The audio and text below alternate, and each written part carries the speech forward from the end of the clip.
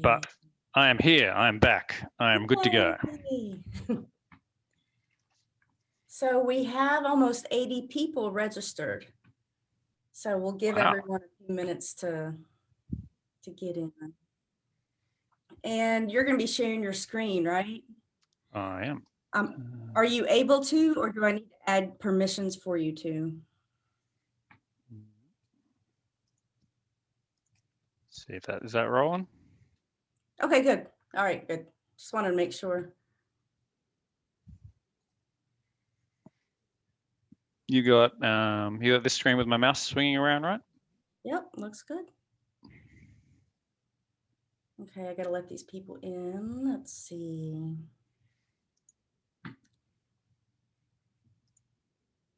It's nice to see some familiar faces. Colin, nice to see you, buddy. Oh, there it is. Hey, Roddy's here too. It's like a regular catch up. How you doing, buddy? Doing pretty good. How you doing?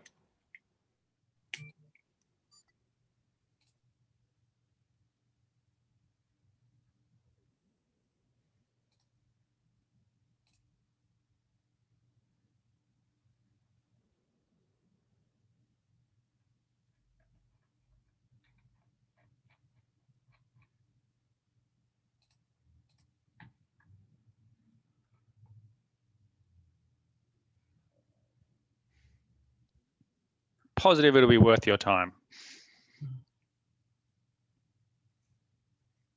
I mean, tonight really, I guess as you can tell, I am Australian. I'm pretty relaxed. The whole idea of this is to be relatively informal. I know there's a few of us here, but I'm not a big lecturer. I don't come from a university background. I come from an applied sport background, and so, you know, if you have questions, Tracy, we've got a chat box or a question box. Is that right?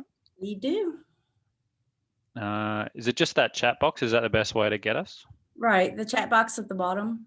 Mm-hmm. During your presentation, do you prefer people put the messages in there? Do you want me to read them to you, or will you be able to monitor them? I should see them pop up, but if you see them pop up, you can jab me in the neck and make me say stuff. Okay. But yeah, it's all pretty informal tonight, guys. It's a chance for me to, I guess, share some of, I guess, where I've come from as a scientist working with elite athletes, and help you on that path yourself to live what is a really cool life working with elite athletes. So if you have questions, please make sure you ask. If you're unsure of things, type something in the chat box and we'll get to it. I'm all for interaction and informality. So yeah, don't feel too, nervous or, or anything like that. Just, yeah, jump in.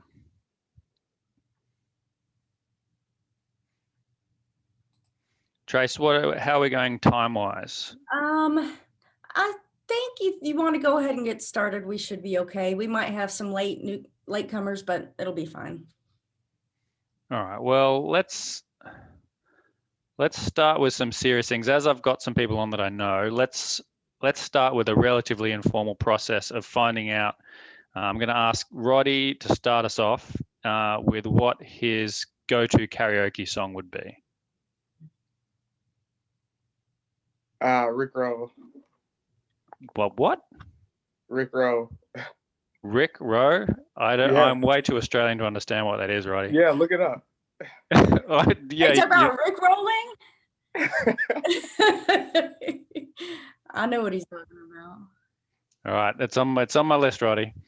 Dr. Paquette, I know coming from Canada, have you got a different song for us?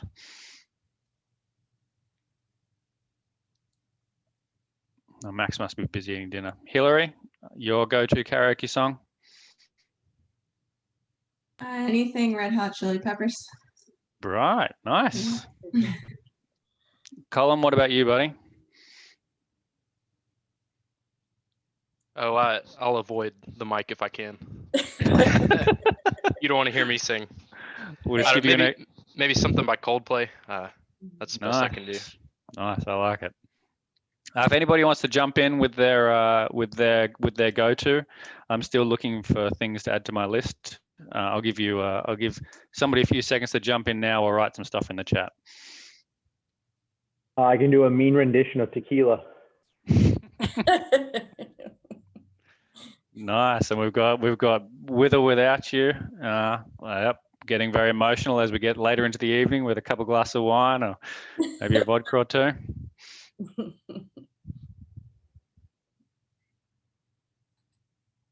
Alrighty, let's stop stuffing around. Let's talk reality.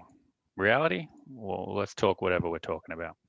So, you should have my screen up now. My goal is to talk to you tonight, I guess, about, as the title suggests, a bridge from scientific studies to applied sports science. And I mean, the genesis of this is something that I've believed in a lot throughout my career.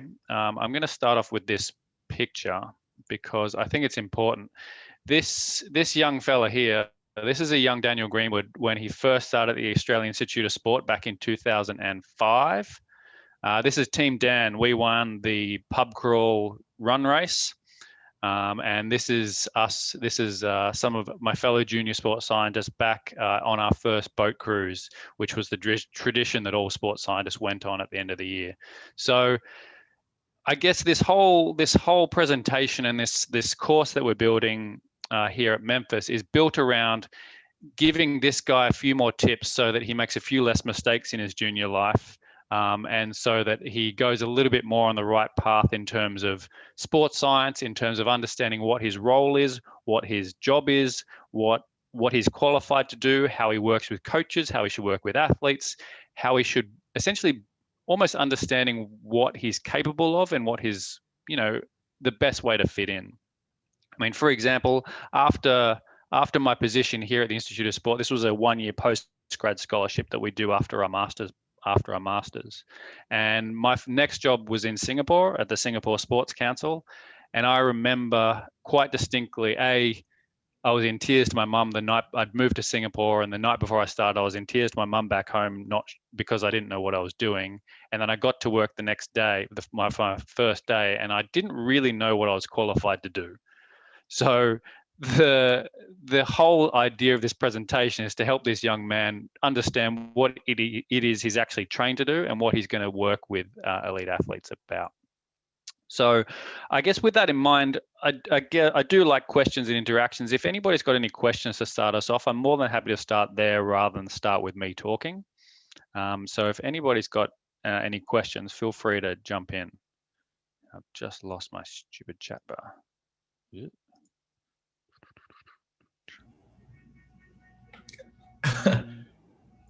Hey, Dr. Greenwood, I would like to ask a question. Sure, Zachary, go for it. I would like to know your thought process behind like the time you took between getting your bachelor's degree to your PhD degrees. Mm-hmm. So there's essentially two ways you can go, right? You can finish your sort of lower degrees, work a bit, come back and do your PhD, or you can run straight through that process, right? In Australia at the time, the environment for the people that traditionally went straight through and did, here we did honors, masters, PhD. The people that did that tend to get stuck in quite a narrow silo because they tended to work for roughly the same person in roughly the same part of the world. And so they sort of, in a way, almost didn't, in my view, didn't necessarily chart their own path as much as they truly wanted to, because they didn't have a full breadth of experience to almost decide what it was that they loved. So when I was given my honors topic for my thesis to do, and I just did what I was told to do. And then what I realized is that I looked at dominant and non-dominant arm throwing and how we throw differently with both arms in a cricket context. And I knew that wasn't truly my passion. So I guess I went out to find a bit more about the world before I sort of committed to 3 years of a PhD. I guess to answer your question, to do a PhD, you've got to be invested, it's hard, it's a grind, and you've got to do something that you care about. And if you don't have something that you truly care about before you start that PhD process, it's a really bad place to start. So the answer to your question is if you're passionate about something, then jump in and get that PhD done. I truly believe that in the world of applied sports science, you need that PhD to get to the highest of high levels. But the path through that, there's experiences that you can add while you're doing that to make sure that you get the jobs that you want. Any follow-up questions on that, Zachary, or anybody else? I have a follow-up question. Hello? Sure. Taylor, Oh, yeah, go for it. Hi. Yeah, so I had a similar question, kind of like a follow-up, but to that is like, right now, jobs and internships aren't the most available thing considering the circumstances. So do you have like suggestions for what students or like people who are on the in-between, like what we can do to figure that out? Like is it research? Is it like developing a certain skill? Is it a technical skill, a human relationship-centered skill that you suggest? Really good question. To be honest, I don't have answers to exactly what we're supposed to do through our COVID life, but what I can suggest is that the title of sports scientist is extraordinarily broad, and the way we define ourselves as sports scientists is really quite individual. So, for example, when I first started the Institute of Sport back home, we had 3 different biomechanists. They were all really good biomechanists, but they all approached the same problem differently. One guy was a really good with coding, so he would solve everything with coding. One guy was used to be an athlete and would solve things much more sort of hands-on. And one guy was, and Bruce was sort of more old school, and he'd sort of rely on technology to solve his problems. And for me, that's kind of shaped, I guess, what we should do as students and what we should do as applied sports scientists, that you can become the applied sports scientist you want to, which leans into your strengths. And so I would always encourage people just to go with stuff that you're interested in. Like for me, I am terrible at coding, and I've tried to code a few times, and I just run into a brick wall. Like I can spend a week on it, and somebody else comes in and fixes what I've done in like 8 minutes, because that's just not me. But I do have a strength in working with coaches and athletes and almost understanding problems and communicating. So I almost lean my strengths. So I sort of lean to the stuff that I'm interested in. So to your answer, I wouldn't necessarily chase stuff that you think you're supposed to do, but chase stuff that you're like, improve yourself in areas that you're passionate about, because that's ultimately what comes through as a sports scientist. Like, you don't need to be the greatest at everything, but if you're aware of your strengths and you're passionate about your strengths, I believe that that's ultimately what you get better at anyway. Thank you. Thanks. What's your reflections on that sort of comment, Taylor? Oh, it's interesting. I've never gotten a follow-up to my follow-up. I mean, that all makes sense. I think I've been in this space where I've been asking like mentors or people who are in the field, like, oh, what do you suggest I do if I can't get an internship? Because that was my worry, is that, or my concern is that I needed the non-academic, the non-research experience in order to go into like sports science. If I were to work with an elite sports team, I need the like practical experience, the hands-on stuff that doesn't sometimes happen in an academic environment. And so that was just my concern. That's why I asked the question. As far as your response, I really appreciated it. That's something I can look into. There's things that I've started like on the side that I'm like, oh, well, my department doesn't specialize in this sport, or they don't specialize in answering this question this sort of way. But that doesn't mean that I still can't contribute. I just need to find somebody else to. Yeah. I think you'd be amazed. The sports science community is small, and if you want to use it, it's a little bit inbred in the fact that we all know each other.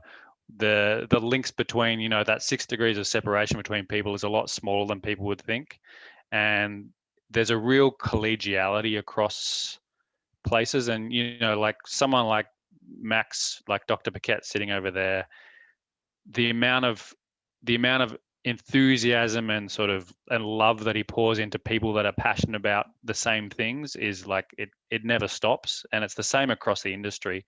If you show that you're committed and passionate, people will find ways to sort of help you channel that passion. People will like I guess don't be afraid that you know, I get multiple sort of cold emails from people who are just like, you know, I'm kind of keen on this stuff. Help. How do I get that experience? So I guess don't be shy about that stuff. If you're passionate about stuff, then just sort of I'd go for it, right? Thank you so much. Sorry, Jordan had a question. How do you think someone with a bachelor's in a non-sports science degree? First off, Jordan, you'll need some level of qualifications to become a sports scientist.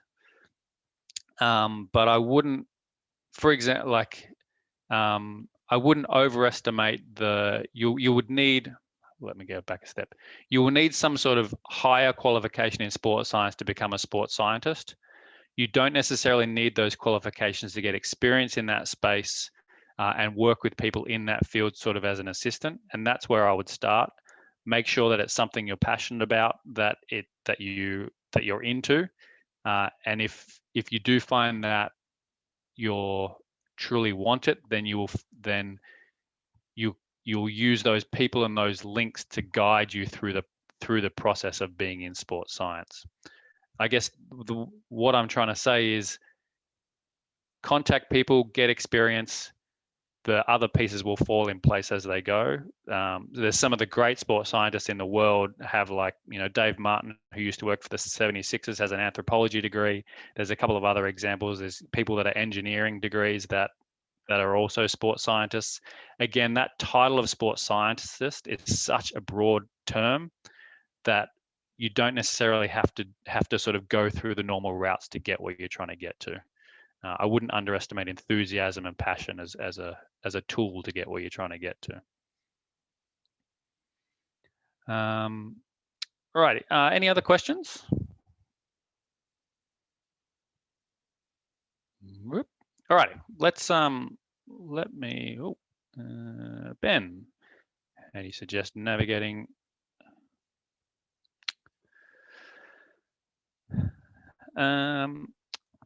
So Ben asks, how do you suggest navigating or choosing programs among different master's programs, physiology, kinesiology, exercise science, biomech, or a sports residency?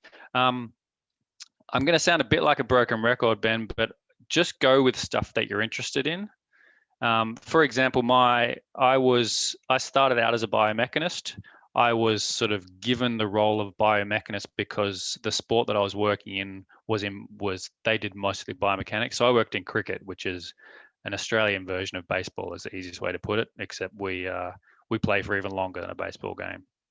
So I started out in biomechanics, but quickly found that whilst I was very interested in it, it wasn't my true passion. My true passion was around learning and understanding how to change technique.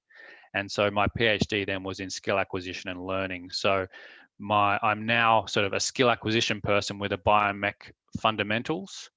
And so I wouldn't be too worried about being pigeonholed in a certain way, because as you navigate your career, you can pull in the things that you care about to sort of shape your skill set and where you go. Again, that definition of a sports scientist is unbelievably broad, and that's both a blessing and a curse in that you have to find your path and your way. It's not a degree where, you know, you get your first job and then you sort of slowly climb that ladder to, you know, become the managing partner or whatever. Sports science is there's a lot more gray area in the middle, and I think you have to embrace that in order to, you know,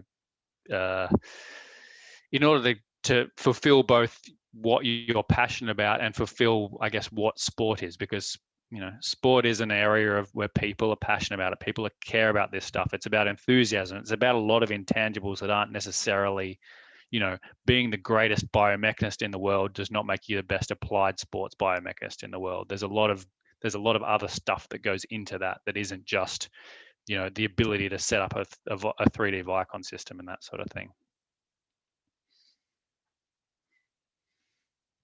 All righty, I'm going to jump into some presentation. Again, if you guys have got questions throughout, I've just lost my my thingamajig screen, but if you guys have got questions, Tracy, just jump in and say something, okay? Or anybody else, feel free to jump in, to be honest. I guess, I mean, this first slide really lines into the things we've been talking about already, and that is that sports science is just the degree is just the foot in the door, and to be honest, doesn't really get you where you need to go. It's a pretty competitive world, the world of sports science, and what you need to learn to do is these three things below, which is get experience. And Max and I talked about this the other day, which is we spent a large part of our junior sports science career being very free or very cheap labor and eating a lot of noodles and you know, not living a glamorous life. And while that's not going to be the case for everybody, be aware that you're in a competitive world, and there are times where you have to basically suck it up and get experience the hard way, because I do think about sports scientists almost as athletes, that you have to sort of, you know, do the grind, do your time, because you almost have to embrace that same sort of feel. When you think about what a sports scientist is, again, these definitions are super broad, and I think to me that's still the beauty of, that's still why I'm passionate about the career path, because I'm still changing and learning and pulling in different things to make myself a better practitioner.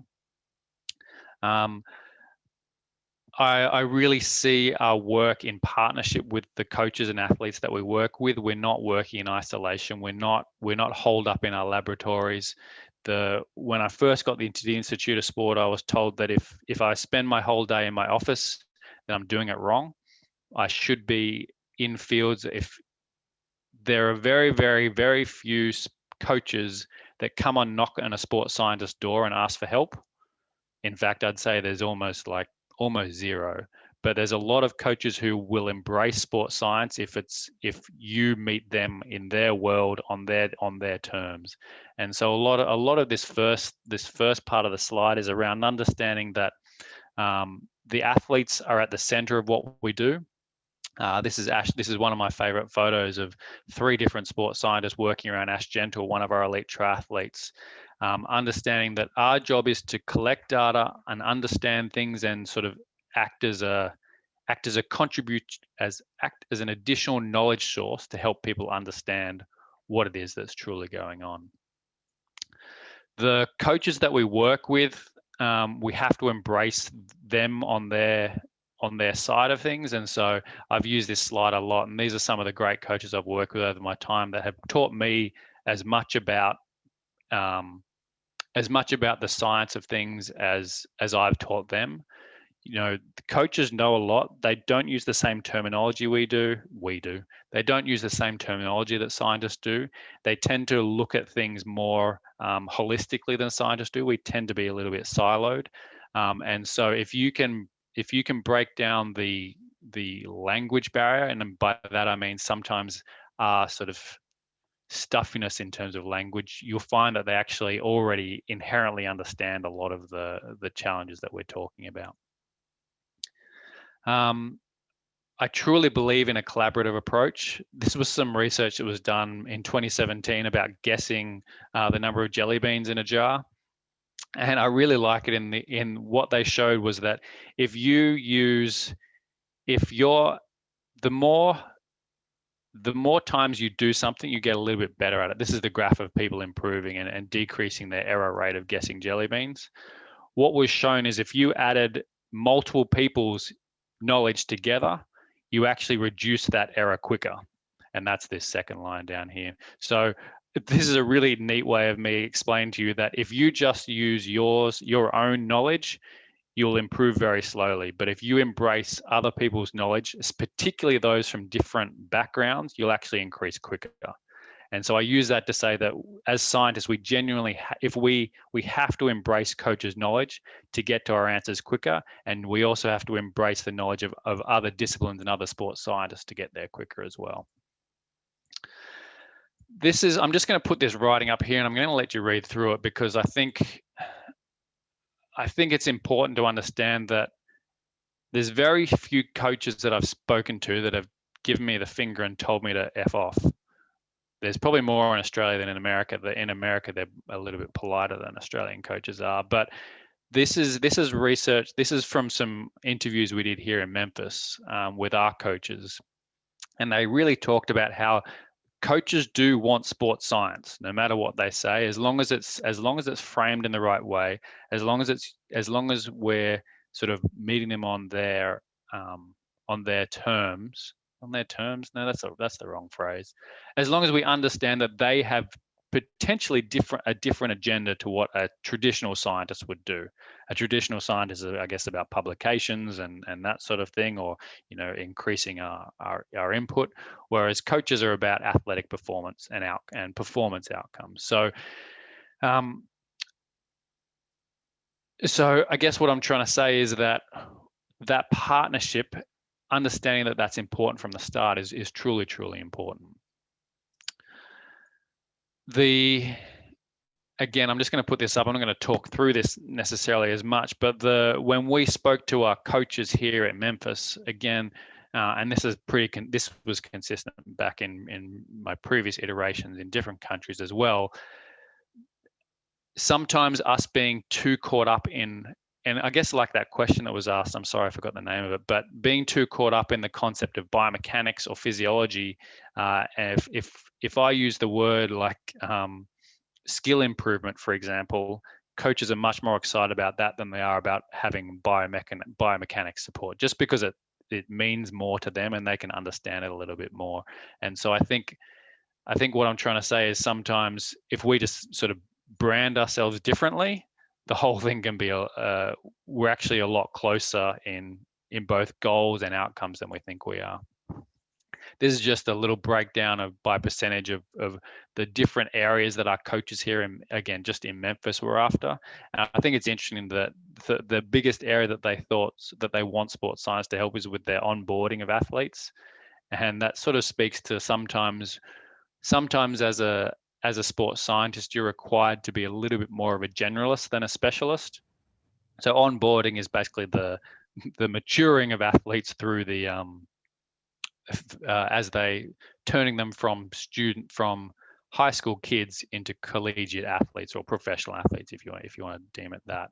And so as a sports scientist, and getting back to some of the things we've talked about, there's a level of almost applicability of the scientific process we can use to problems where we can support, and then we get to a certain level where we realize that we then need specialists to come in and help.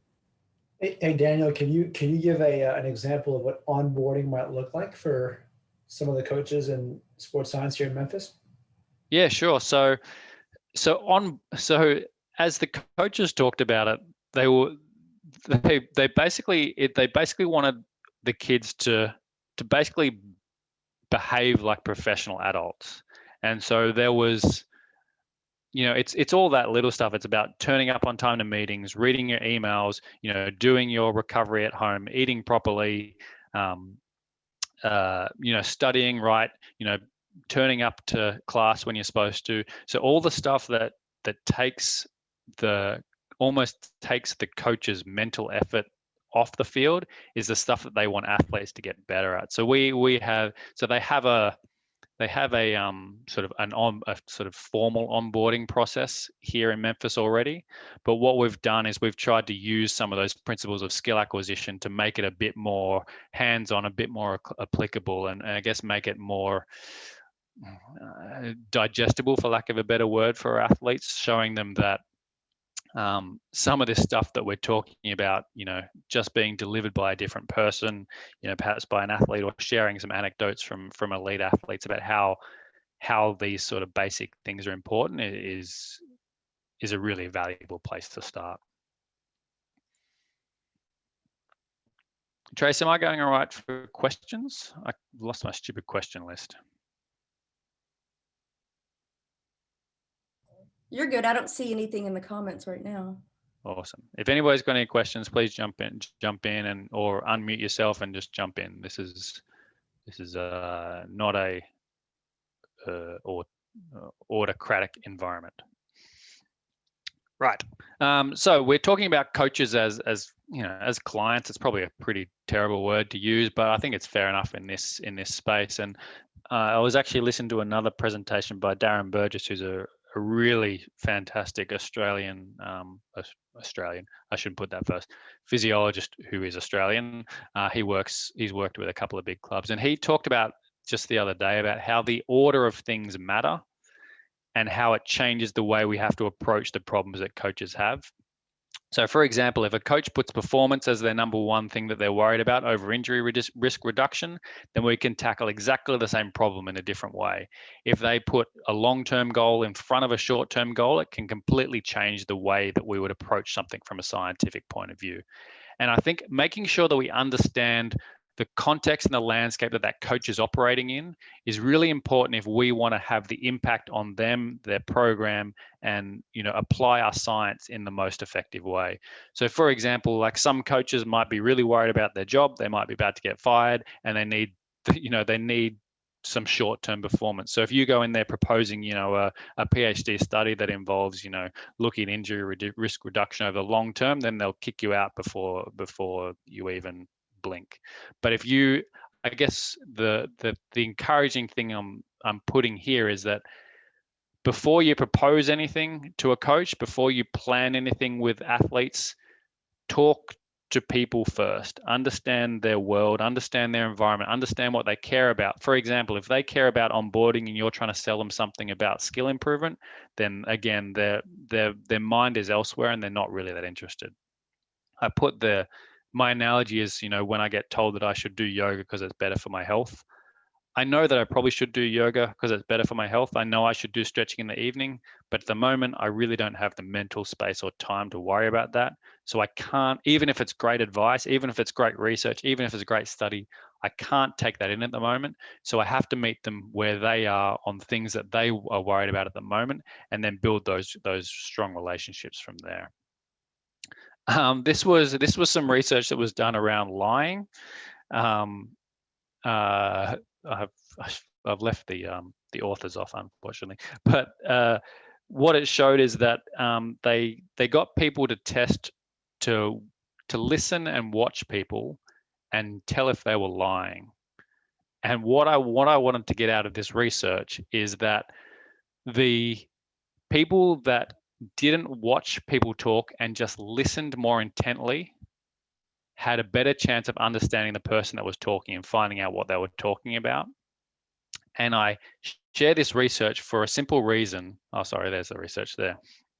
I share this research for a simple reason that sometimes we just don't listen enough to coaches.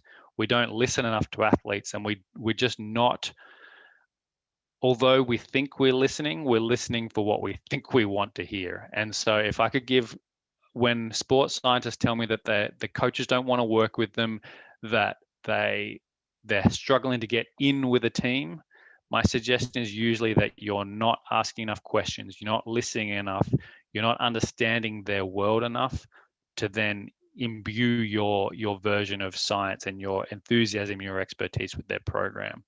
And that's sort of, again, that idea of asking questions, that idea of listening, I think, and sort of showing that you're there to help them achieve their goals first and your goals with that, rather than the opposite way around, is a really, really important feature of applied science.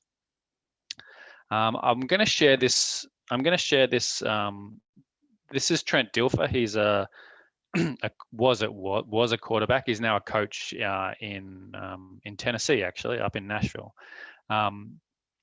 This is a quote. This is a clip of him talking on the Ryan Russillo podcast, and I think while he's talking about coaching and him as an athlete, I think it's a really important thing for us to think about as sports scientists, because I think it gets back to the root of where I think sports science sometimes falls down, where we think of ourselves first as scientists And I think instead we sometimes need to think of ourselves first as partners. So I'm going to press play. If the sound doesn't work, somebody please tell me. Well, you play that season in 2007 at 35, and that's your last season. So the final question that I want to ask you is, I don't want 35-year-old Trent Dilfer's advice. I want today's 47-year-old Trent Dilfer's advice. Could that Trent have given any advice to the 22-year-old rookie that would have made you a different player and would have changed the path of your career? Oh, man. Wow, I usually don't get stumped on questions, Ryan. Yeah, I think so, because there's a way of giving advice. You don't tell people, you connect with people. And that's the biggest flaw in the NFL. It's the biggest flaw in coaching right now. Yeah, a lot of people want to tell you what you do right or wrong. Very few are willing to connect with you. And I think at that stage of my life, I would have known to connect with 22-year-old Trent before I told him what to do or what not to do. And I mean, I'm living it right now. Like, I got the flashy ring and I'm the head coach in a little community in Nashville and blah, blah, blah, blah, blah. And I could probably tell these people to do whatever I want. And they would line up and do it for a short period of time. That's the last thing I'm doing. I'm trying to connect with every person I meet. Every person I meet. I'm trying to find deep connections in life. Because once you connect with people and you understand their side of life, now you have empathy, now you have grace and mercy. And now they know you're authentic. And then whatever comes out later is you're just trying to help them do their journey better. And I think at that age, if somebody connected with me authentically like that, I really would have received it. And I share that because I think that's really our goal as scientists. If we come in and tell people what's wrong, tell people what to do, then we're ultimately set up for failure. But if we make those connections based on trust, understanding, and genuine interest in where somebody's come from and where they're going, we can have we do and can have huge impacts on people's lives and careers. Hey, Daniel, you have a question in the chat. From Ross Miller, he asked, do you notice consistent differences in what coaches and coaches/athletes are looking for from sports science between university level and pros?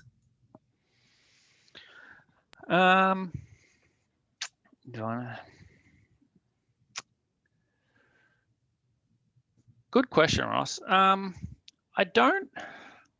don't think so. I'm literally just reflecting back on different coaches that I've worked with over the time. And I honestly think it shifts so much from coach to coach that I don't think I'd be able to say that there's a clear difference between the collegiate stuff that I've been doing and the pro stuff that I've done in the past or that I'm doing now. I really think it shifts more person to person than it does in those big blocks. Potentially some of the university level stuff is a little bit more about that. I think sometimes potentially there's a lot of things that they're trying to fix. And so sometimes there's a little bit of a scattergun approach in that perhaps they're not quite as clear as to what they want to fix first. And so sometimes I have a longer conversation with some of those coaches trying to work out almost, well, okay, yes, they need to get stronger and faster, and they need to learn about nutrition, and they need to start turning up on time. And we've also got a game on Friday, so they actually need to get confident as well. And I think the pros tend to have a bit of a longer runway of things and some of those basics sorted. So I would probably say that the pros have it's not different things, but I think they're a little bit clear about what they want, especially what they want as number one.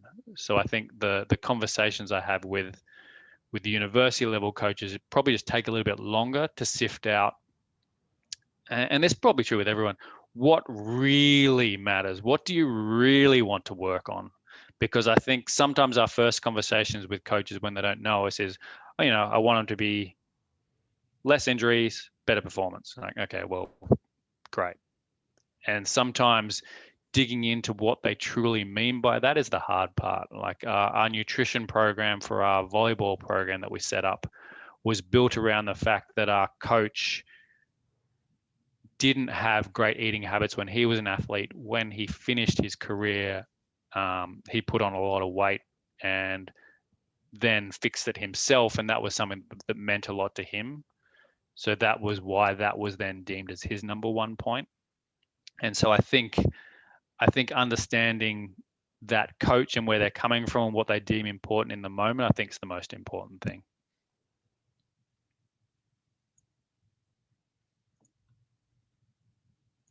And Ross, if you got a follow-up question, yeah, feel free to jump in or make a comment. I'd love to have someone of your expertise joining us. I was just curious because I've only ever worked with people at the college level, of course, and just if it's any different working with professionals.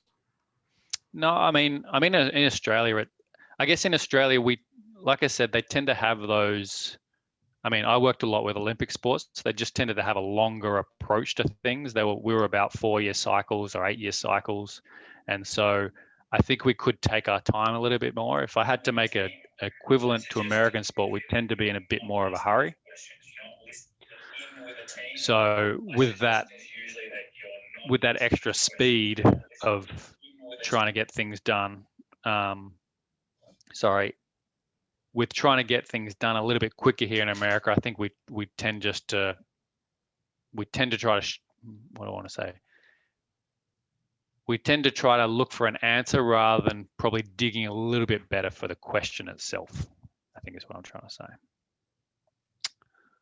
So, right. One thing that sports scientists need to make sure that they do is identify themselves as a specialist rather than a technician. Sports scientists who identify themselves by the equipment that they can use have a very short shelf life in terms of their value. So specialist partners that, for example, that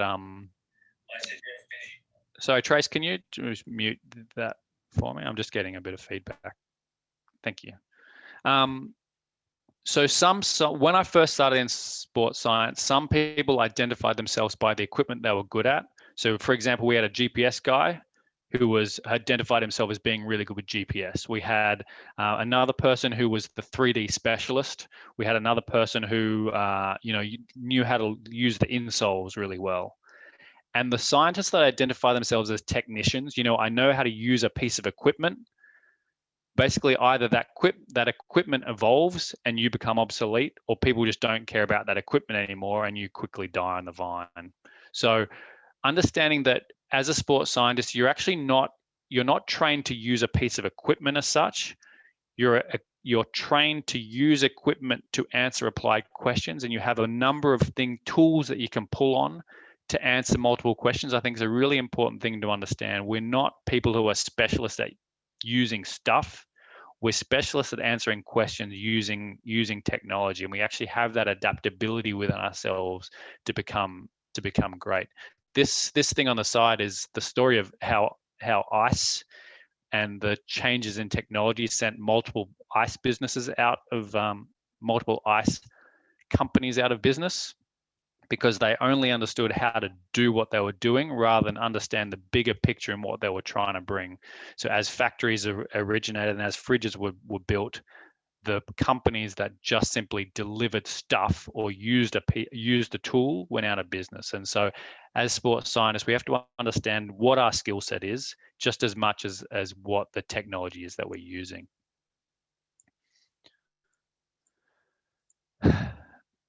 Life as a sports scientist is friggin' cool. Here's young Daniel in Thailand working. This was with the Southeast Asian Games. This was the fencing team I worked with. This is us winning multiple gold medals there. This was my first opening ceremony I ever walked through. This is me in Jordan at the Asian Track and Field Championships just before I went to Petra, which I didn't even know what a Jordan was when I first went there. On my first date with my now wife, I said I'd been to Jordan, and she was actually from Jordan, and that's how I reeled her in and got her to marry somebody so ugly. So this is me in Monaco for a track and field championships. I've traveled the world because of sports science, and it's amazing. I've been in beautiful offices. I've been on picturesque lakes, tops of mountains, endurance athletes, if you can ever work with them, they have this wonderful ability of working in really picturesque locations on the tops of mountains. And it's just a wild world. It's amazing. I couldn't think of anything more sort of exciting than what the glamorous side of sport and sports science. You know, living in nice hotels, you know, you name it, and good parties too. But the bit that I think we sometimes miss is that those glamorous pictures are not 100% of my life. They're probably not 90% of my life. They're probably more like 5% of my life. There's a largely unglamorous part to sports science where you are stuck in a room, you're stuck in front of your laptop, you're grinding data, you're working weekends because sport happens on weekends, you're working evenings because training might be happening in the evening, you start early in the morning. You know, you're not going to become a bajillionaire. Well, I haven't yet anyway become a millionaire working in sports science. In fact, you know, we live a relatively simple life, and I guess I want to make sure that it is a competitive environment, and I want people to make sure that nothing is handed to you in this industry. But if you're passionate about it, you will find a path and you will make a career for yourself. It's a growing industry. It was smaller when I started. It's bigger now. There's more teams. There's more, you know, in America, there's more colleges that are getting into sports science. You know, what we're doing here in Memphis is taking off. I've had multiple conversations with different universities who are also building sports science departments. NBA teams have sports scientists on staff. MLB teams are growing quite rapidly in terms of biomechanics. There are jobs there, but they're not handed out. They're not given, you know, you don't naturally just sort of progress your ranks. You've got to go and there is a level of grind in this industry, which I think people need to be aware of to get into it. But I wouldn't change it for the world. I've had a wonderful life, and I would encourage everybody to follow in these footsteps because it's amazing. But as I said, your degree is not an invitation to this career. You do need to generate that experience, which goes back to that earlier question, that discussion that we had. But I think sometimes people overestimate the specific experience they're looking for. Any experience in sport is good. It doesn't matter the age, the sport, or the level that you're working at. You will learn things from different coaches. You will learn things. You will have different experiences, and those are the things that help you get the job that you want. I've worked in just about every sport. I've been privileged enough to work in just about every sport because of the places I've worked. And what I've learned is that the experience that I've learned in BMX translate to triathlon. The experiences from triathlon translate to rowing. The experiences in rowing translate to, you know, basketball. The things that I did with the 16-year-olds in a sport translate to the 8-year-olds in gymnastics, which translates to the 30-year-olds in track and field. Sometimes we think that we need certain experiences or need to have our experience in certain locations or businesses to get where we're trying to get to. But in fact, what you need is just those experiences themselves, and the lessons that you take from them are actually much broader than you think they are. The lessons about working with different types of athletes from different backgrounds, athletes who speak a different language to you, athletes who hate sports science, athletes who love sports science, athletes who, you know, who have a sense of humor, athletes who don't. All those little experiences are things that make up your ability to get the job that you're after, because you can answer those questions in an interview, or you can show that adaptability when you're sort of doing work experience with someone to get the job that you want. So what I'm trying to say is that just follow things that you're interested in, and you will find a path in this career. I guess this gets back to that idea so this is Ben Harradine. He's a discus thrower I used to work with. He now runs his own performance company in Europe somewhere. He followed his partner over there. Anyway, I digress. I sometimes think that sports scientists can treat themselves just like athletes would, and the things that we ask our athletes to do, just as they do, you know, the things that we ask our athletes to do are things that sports scientists also have to replicate. If we want to work in this sports field, we have to, we don't have, I'm not fit, I'm not strong, I don't go to the gym every day, but I do turn up on time. I do bring energy and a positive attitude wherever I go. I am passionate about what I do. I am prepared to do extra. So those sort of life lessons that we demand of our athletes, that onboarding that we demand of our athletes, we also need to exhibit in our own self. This is, this is the world that we want to be in, and we need to embrace that side of things. This is I don't know if you can actually read that.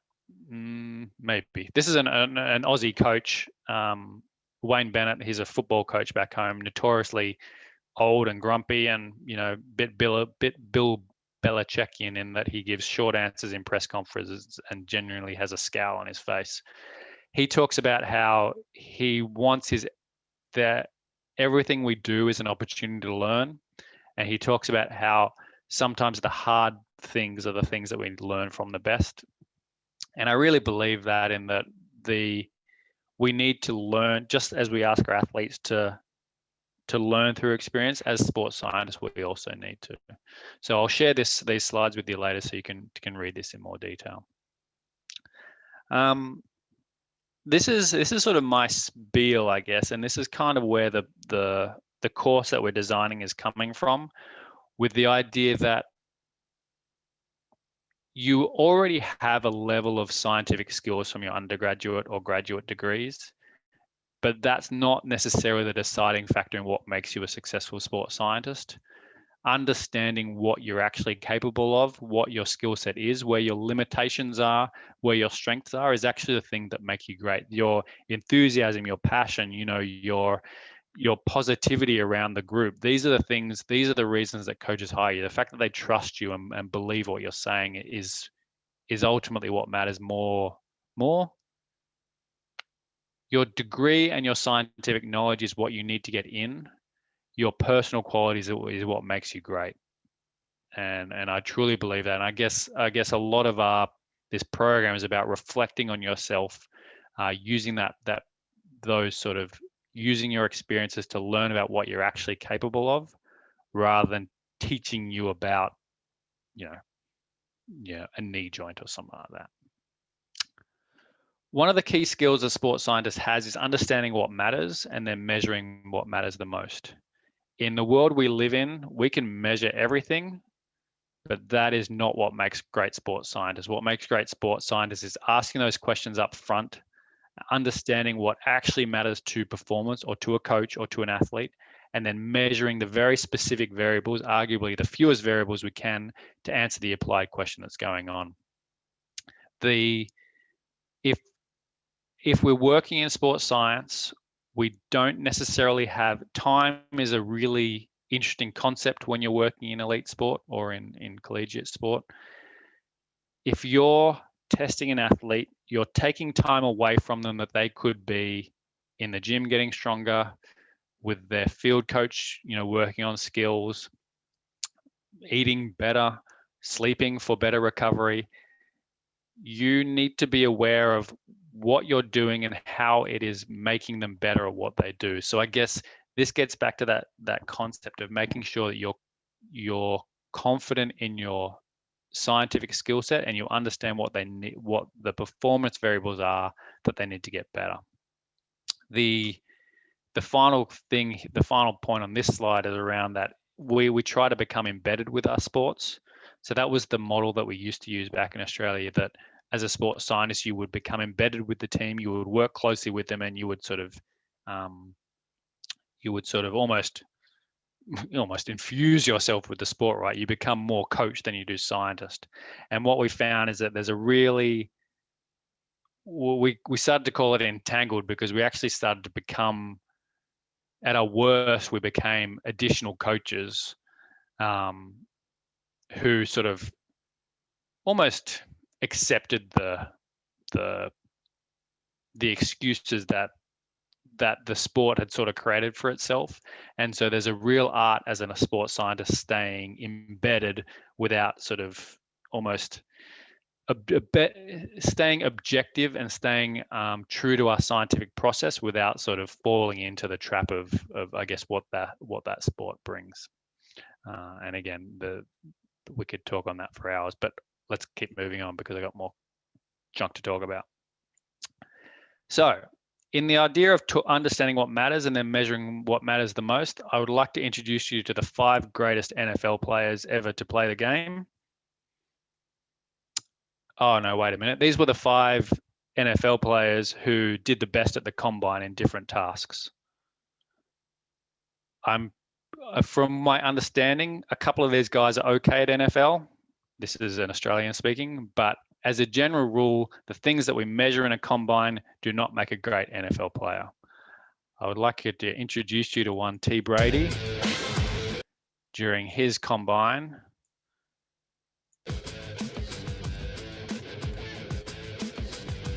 Looks like my dad running, for God's sake. With the idea that there's a really, as sports scientists, like I think some of this combine stuff started out in quite a genuine place, you know, a place of science. But sometimes we get so caught up in measuring stuff that we forget that we need to measure what actually matters. So this is a quarterback throwing at a combine.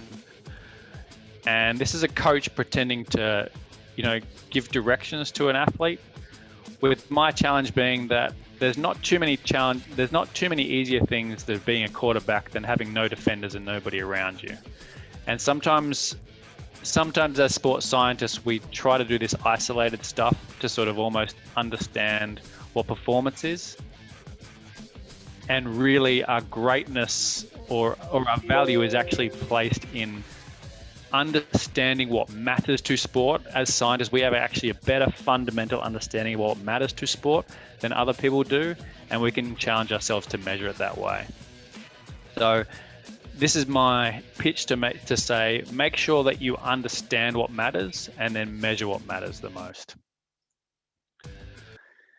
Because again, the trap we can fall into is if we can be technicians and we can measure stuff using our stuff, and we can give you, you know, I can be the vert jump guy and, you know, measure the best vertical jumps of anybody. But ultimately, if it doesn't matter, then I become obsolete as a professional. So I actually have to sort of take a step back and understand what I'm truly measuring to give myself a long runway in this career.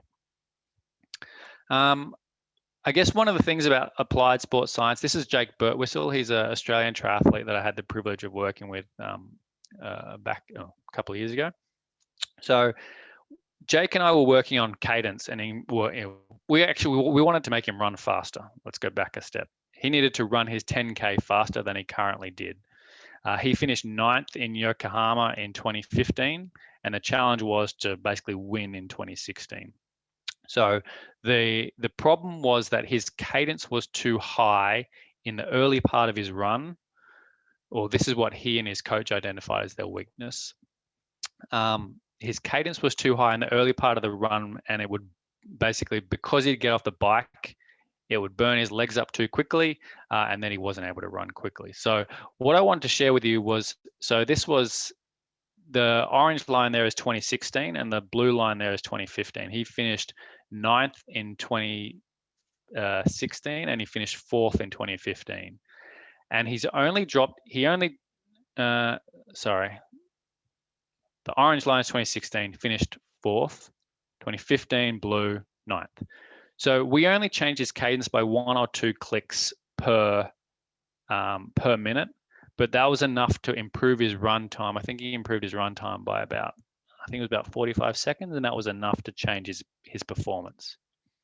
And so what I'm trying to point out is that we don't necessarily have to chase big changes in applied sports science, but we have to chase real changes that actually change performance. And so I only share that to share the idea that we don't need to change the world sometimes, we just need to change what matters, and we just need to change it a bit.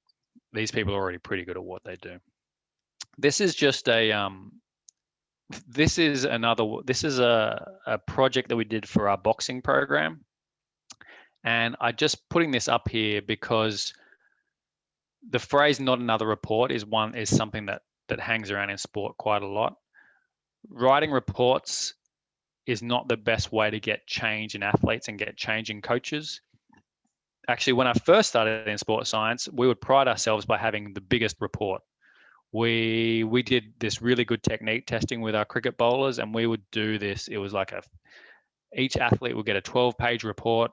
It was all set up. It was beautiful. We gave them every angle, every force, every vector, you name it, they had it. And the athletes would come back 3 months later, and we would retest them, and we get exactly the same results. And as I've evolved through my career, I've realized that simply telling people, I guess getting back to Trent Dilfer's comment, simply telling people what was wrong is not the challenge of a sports scientist. That I'd argue that's the easy part of being a sports scientist. The hard bit is actually creating a method to get that message across to change behavior. And to me, that's some of the stuff we'll talk through in the course, that idea of how do you take your data set, pull it apart, and give the parts that are interesting, the parts that matter, the parts that are actually going to change behavior, rather than just giving people information. And to me, so this was a video that we did to try to make the translation of information a little bit more interesting. And we had the athletes voice over this themselves, so that they would, I guess, buy in a little bit more. And what I'm trying to say is that in sports science, measuring stuff and providing reports is not what we need to do. It's actually about understanding how we're going to use that data to change behavior and change performance and change understanding. This is just a few little sort of speed points almost in things that matter that sometimes we don't think about. When you set an expectation or you set a deadline and you don't meet it in sports science, in an applied sport world, coaches notice and coaches will dock you for it. Sometimes in the university field or in our lab field, missing a deadline isn't a big deal. In sport, it is. Coaches and athletes want data turned around quickly, and that has to shape the way that we collect our data and the way we report our data. Even just the other day, I was talking to one of our softballers, and she spoke about how even she, as one of our Biomec students, said that she didn't read her report because it was 3 weeks later, and she figured she'd already changed her technique from then, and so didn't really care about it, and neither did her teammates. So that data turnaround is a really important thing that sometimes we take for granted. And that other stuff makes sense. The final thing is that a coach told me about fingerprints on success, and as a sports scientist, you should be really proud of putting your fingerprints on an athlete in terms of helping them perform. But as a result, you also have to almost behave like a coach, or think of yourself as a coach would, in that you are accountable for that performance just as they are. And so you have to make sure that what you're doing is contributing to that performance. And I say that because sometimes sports scientists, once we get in roles, you're less likely to get fired than a coach is. But if we act the same way a coach would in terms of, giving our all to the athletes we work with, it ultimately makes us better at what we do. This is sort of the philosophy of the course itself. And I guess it's because it's my philosophy in terms of skill acquisition as well. Well, it's not my philosophy, other people have come up with it. But this was sort of the front page of my PhD that I did. And I used the research here to highlight that an individual coach's understanding come from their own experiences and those of other coaches. There is not yet a point 3 which says Daniel Greenwood sports science, or in fact sports science at all. It's the experiences that the coaches and other coaches go through that makes them better. And the course is set up with the same principle that I could blank out coach here and just write people's understanding and have the same thing. We learn by experience, and we learn from others, and we learn from our own experiences. So a lot of the stuff that we do in the course is actually built around reflection and built around giving you a few experiences so that you can learn from those yourself. You can reflect on things that have happened in your life, rather than, again, me telling you the way you're supposed to act. Because again, sports science is pretty broad as a concept, and you have to sort of chart your own path, and you have to be great in your own way rather than copying anybody. And in sports science, I'd say that's doubly true, because because it's still a growing industry. We're still defining who we are. We're still defining what we're capable of. We're still showing coaches and managers and athletes just what a big impact we can have on performance. So you have to use your own reflection and analysis to define where you're going. This is a quote from Bruce Lee, which I use in a lot of my coaching courses, which is sort of which again speaks to what we're trying to achieve here in this course, which is I'm trying to be a guide and a pointer to you finding your path as a sports scientist, because I'm not going to tell you how to deliver a report to a coach, but I'm going to give you a number of different options so that you can choose one which suits you, which you understand, which allows you to be your authentic self when working with coaches and athletes. If there's one thing that coaches and athletes are good judges of, it's well, in Australia we call it bullshit, but essentially the ability to, if you're not being yourself, it shows through. So this is Jamie Turner. He's a triathlon coach I work with back home.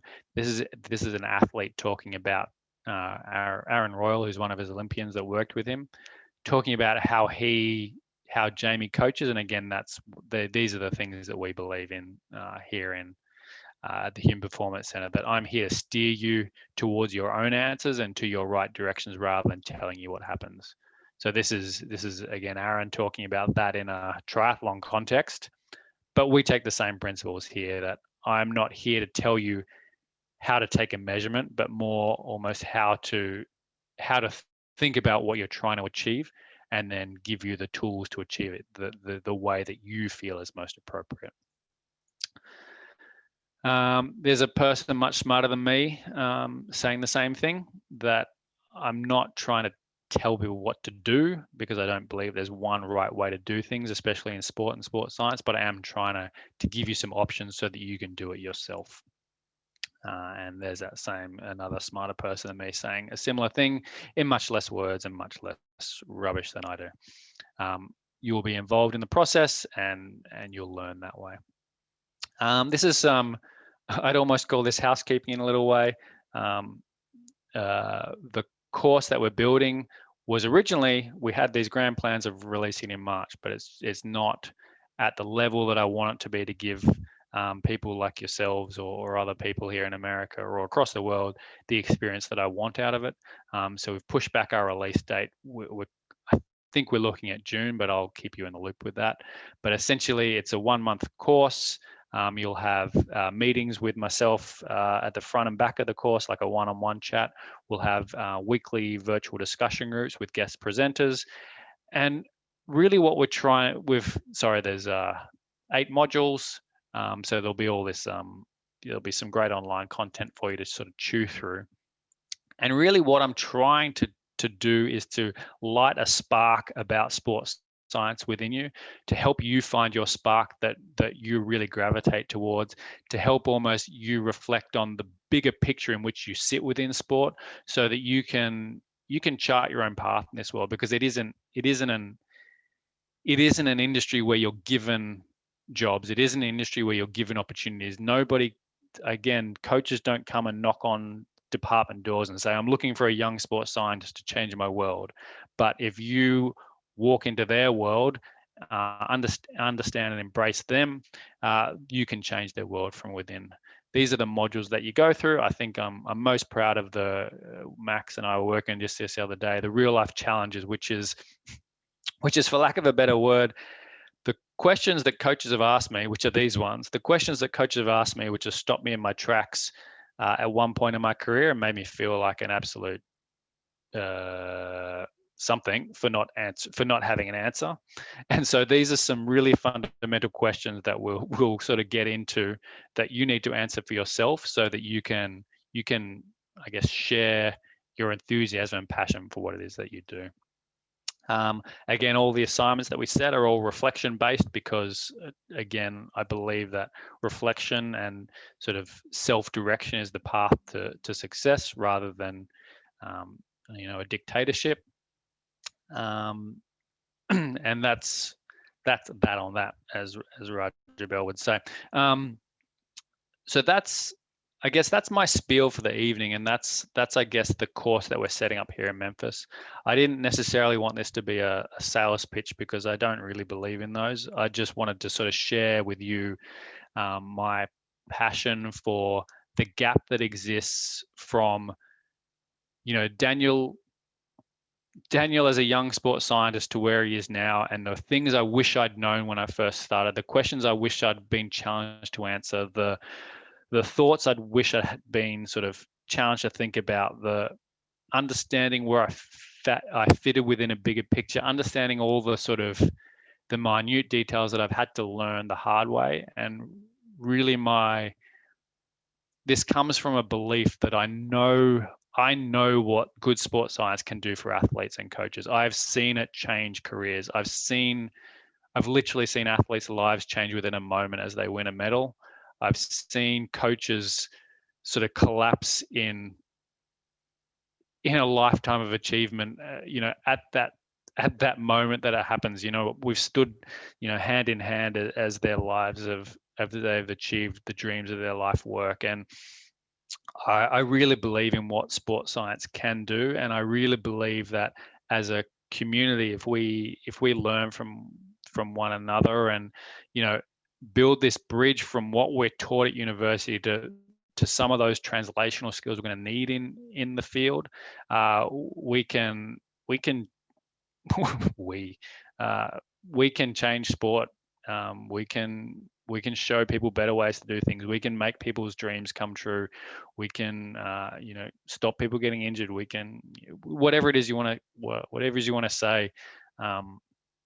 I'm getting a little bit off track and maybe a little bit teary here, so I'll stop gibbering on. But what I'm trying to say is that this course, and I guess tonight, this was about my enthusiasm for something that I believe in, and trying to give people that are coming through the system lessons that I've learned in my time that I wish I'd had when I started. So I'll stop talking there, and I'll stop sharing my screen.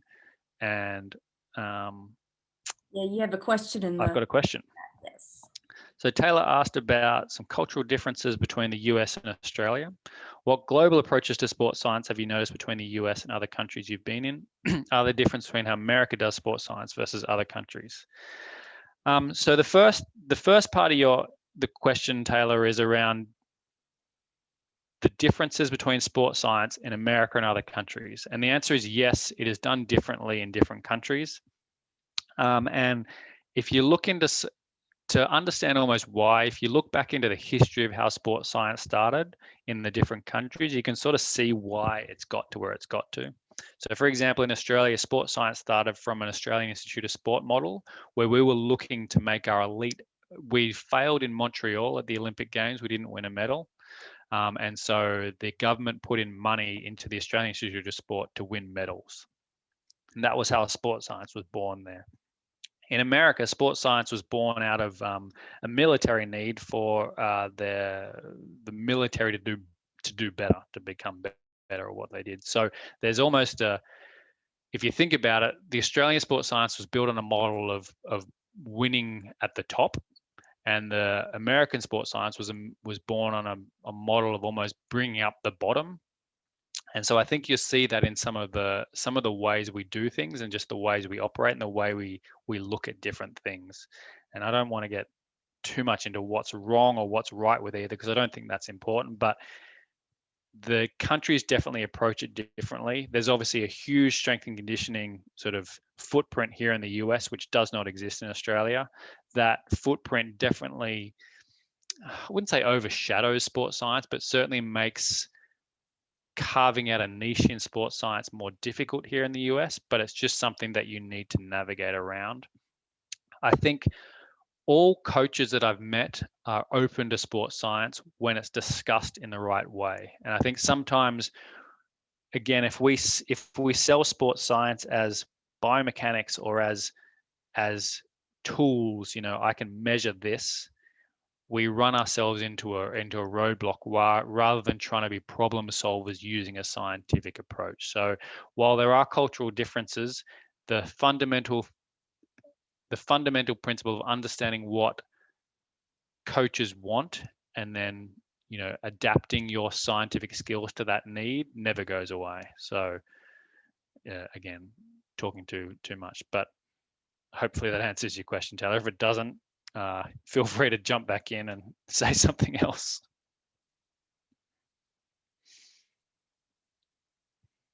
I've been talking a lot, guys. Any more questions or anything that anybody would like to sort of jump in on and say that was BS, or, you know, I really liked this?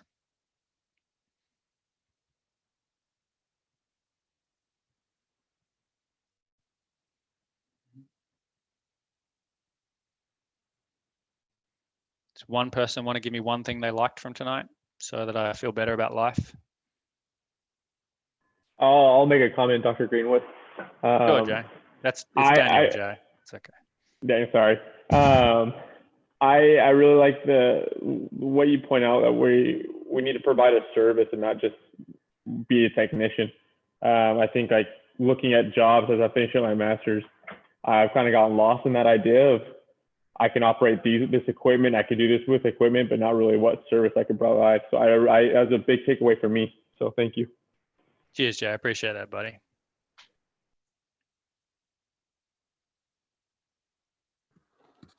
Daniel, to what extent do you think wearables, you know, watches and sensors and stuff, are the future of this from like a biomechanics perspective? I'm thinking in terms of, you know, monitoring loads on athletes and things like that. For running in particular, I kind of feel like despite all the research that's been done on running injuries, we're kind of still in our infancy of learning, you know, what there is truly playing like a causal role in injuries, and if we're kind of putting the cart ahead of the horse in developing sensors to measure these things. But it's also certainly fine for those things to develop in parallel, right? Mm-hmm. So I was just curious your thoughts on what's the frontier there for wearable devices in that regard.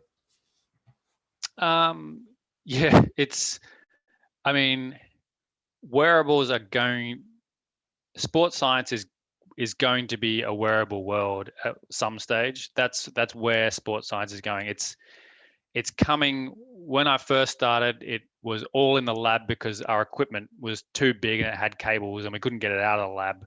And the more we're moving our technology from the lab to the field, we're asking and answering better questions that coaches have. I remember, for example, we used to do our triathlon gait on a treadmill when I first started because we needed the Vicon system set up. And athletes ran differently on a treadmill. We then moved to them running over force plates, but they had to fidget their gait to make sure that they land on the force plate just right. And we were getting all this sort of weird data and telling them stupid things based on running because there was a wall there and that sort of stuff. So the wearable stuff is the answer to where we're going for sure. The challenge, I think, is that the amount of stuff that we can collect is clouding our understanding of what we need to I almost feel like it's almost, we sometimes don't answer the right questions because we're so busy collecting numbers and data. And while I agree that sort of baseline data is important, I sometimes feel like that's also the crutch we use because we haven't really thought about what the question should be. So we say, well, let's collect a week's worth of data because it's so freaking easy because I can chuck a thing on, I can collect a week's worth of data, and then I can almost backtrack my way to finding an answer. And I think sometimes we forget if we ask more questions of experts in the field, we can almost take their information and ask better questions of ourselves before we use our gizmos to collect numbers.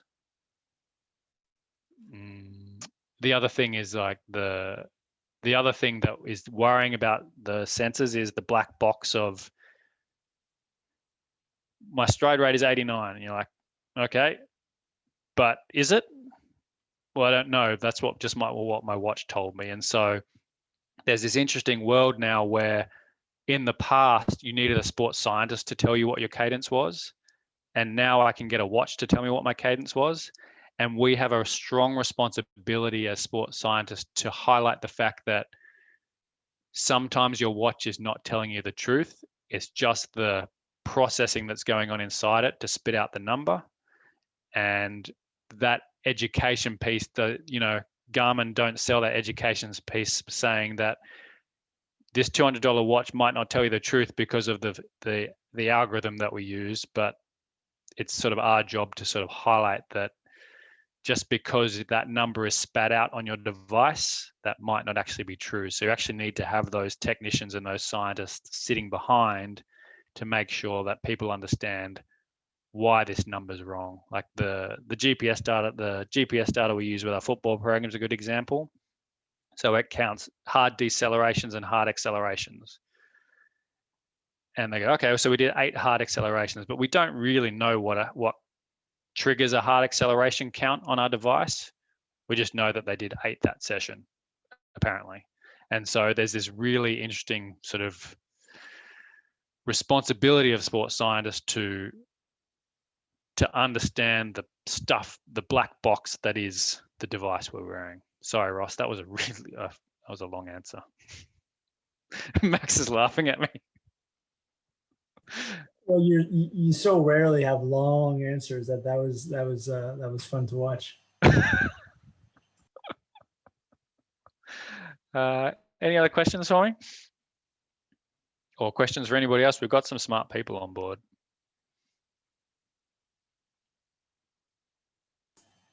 Hey, not a question, but for those of you interested, I've come across a couple of interesting opportunities the last few months that I'm going to share within the chat box. But they're basically fellowship. One of them is a diversity fellowship within the MLB, the Major League Baseball Association, and one of them is a sport tech fellowship that we've had success with some of our students here. So if you're interested, take a look at those, and I'll put them in the chat box. But really cool opportunities for those people trying to get into sports sciences, as Dan was saying, in terms of maybe getting your foot in the door.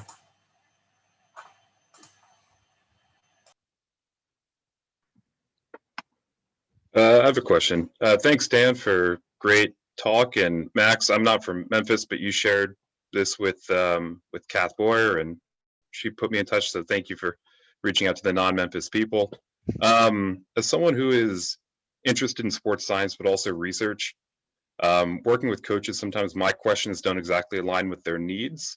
And I was wondering if you had any tips to maybe nudge coaches in a way to maybe, I don't want to be selfish, but, and I know that the athlete's time is valuable, to maybe do something where I can answer my research question while also helping them out by doing an activity that's not necessarily related to what they want. I was wondering if you or anyone has ever run into that problem, and if there is a good way to address that. Yeah, sure, Sam. I mean, it's a classic. It is definitely a common challenge. So you're not alone. I can guarantee you that much. What's my take on it? The worst thing you can do as a sports scientist is show up and say, I want to do this. Best case scenario, a coach says, okay, you do it, and then they say, I don't care, and then you both go your separate ways, and essentially that bridge is burned for a while. My general suggestion for scientists that that have research agendas and want to do this stuff is that I think you need to take a longer route with your research agenda with the athletes, and I think you have to start off more on either if your research doesn't necessarily align with that coach, to either be comfortable with saying, okay, not for now, or to do some things to almost earn their trust so that you can then sell them on the value of what it is that you're offering.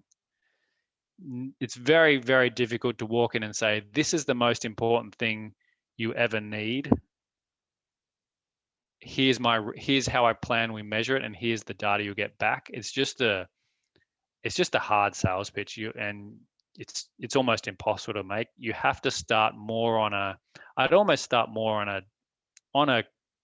getting to know them as a person basis, understanding what it is they value, and then either doing a few little studies or a little thing to sort of almost on the side or with a student to sort of build that trust and that relationship, you almost generate an excuse for talking to them.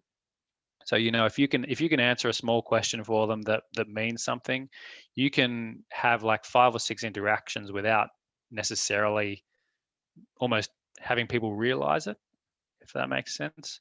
So, so really you're trying to build a bridge so that you can then have honest discussions about some of the other stuff that they can do.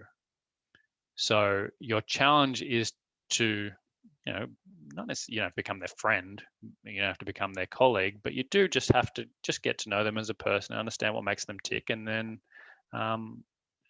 sort of, it doesn't become a sales pitch then, it just becomes you chatting about something that's important and them seeing you as a trusted ally that they would be willing to do what it is you're trying to achieve. So I sometimes think about the thought of I need these athletes to do my research is the wrong phrase. The phrase is actually, I know this research will benefit these athletes, but there's a runway that I have to go through to get the coach and athletes on board with understanding that it's valuable. And I have to be willing to put in the time at that front end to build the trust and for them to understand why this is important so that we can then ultimately get where we're getting to.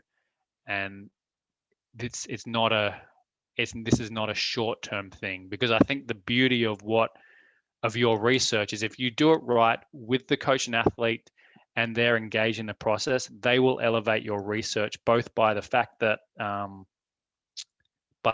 they're participating in your research. You've then got elite athletes, but also if you listen to them and their experience and the athletes' feedback on what they think about your data, they will improve your research as well. So seeing it genuinely and truly as a two-way street, that they will help you rather than you are helping them, is a really important thing to understand, that their experiential knowledge is valuable and it will genuinely help your research is a fundamental thought that we need to have as sports scientists. That we see some coaches are dipshits and don't know stuff. Almost 99% of coaches are really intelligent and have a knowledge that we don't have from their embeddedness in that sport.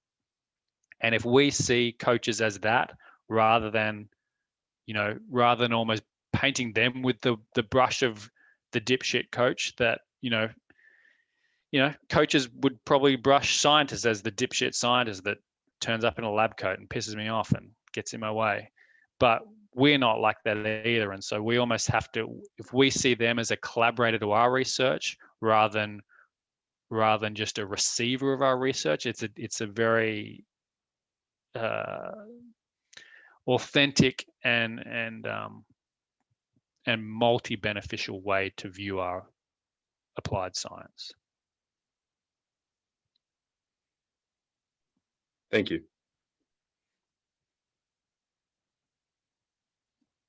To add to your thank you, Sam, how does that resonate with you? Does that feel real or doable, or does it sound like I'm preaching to to nobody? I don't know.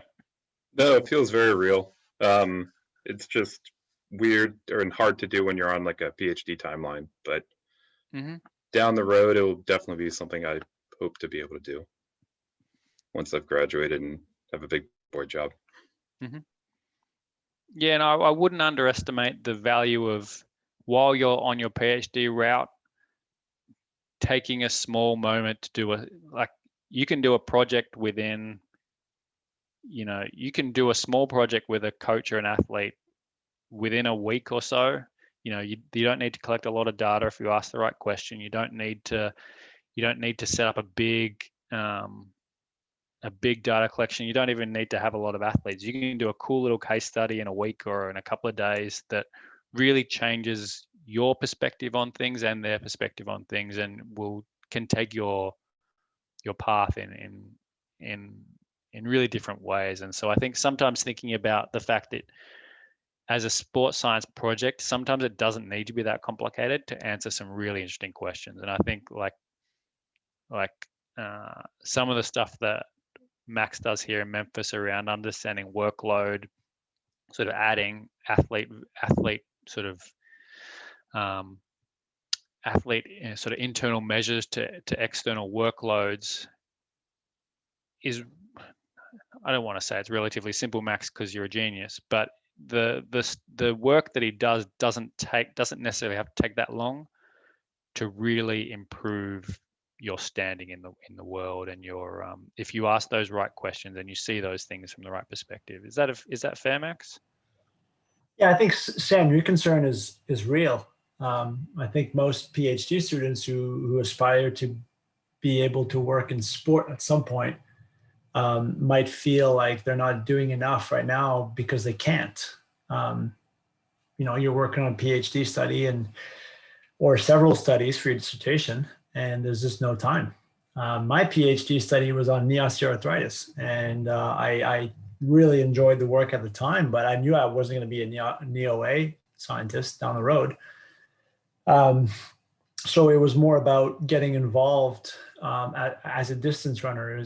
For me, it was getting involved with the Tennessee coach, for example, and spending time and seeing what he was doing, what he was asking, spending time around trainers. Now, some of it is luck, right? Where like my landlord was the head trainer. So, that's just luck. I didn't know that. I just happened she just happened to be my landlord.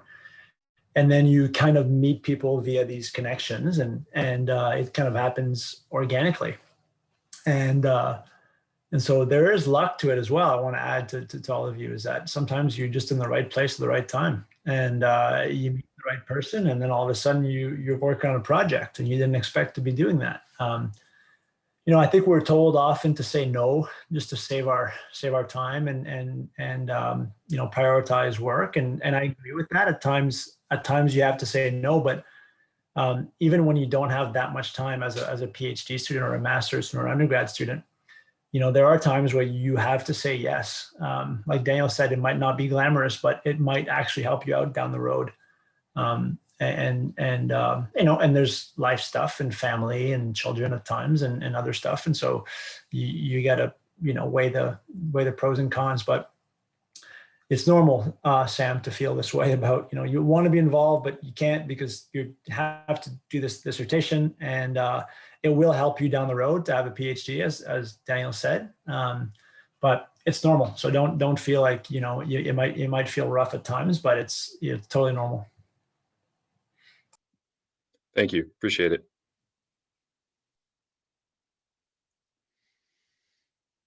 All righty. I'm aware that I've kept you guys much longer than planned. But I'm happy to hang here. If people want to head off, they're more than welcome to. If people got extra questions, you're more than welcome to hang around. You can unmute or jump in the chat. I'll hang around for a little bit longer, but if other people are done, they're more than welcome to head off. Tracy, is there any sort of housekeeping or anything?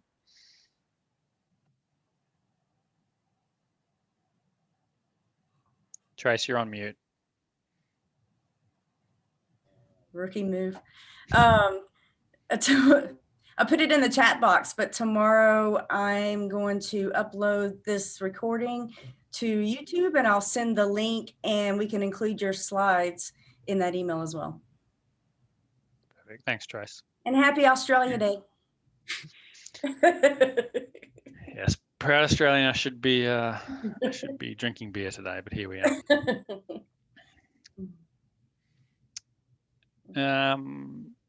Cheers, Zachary. Thanks for today, buddy. Any follow-up questions, feel free to ask.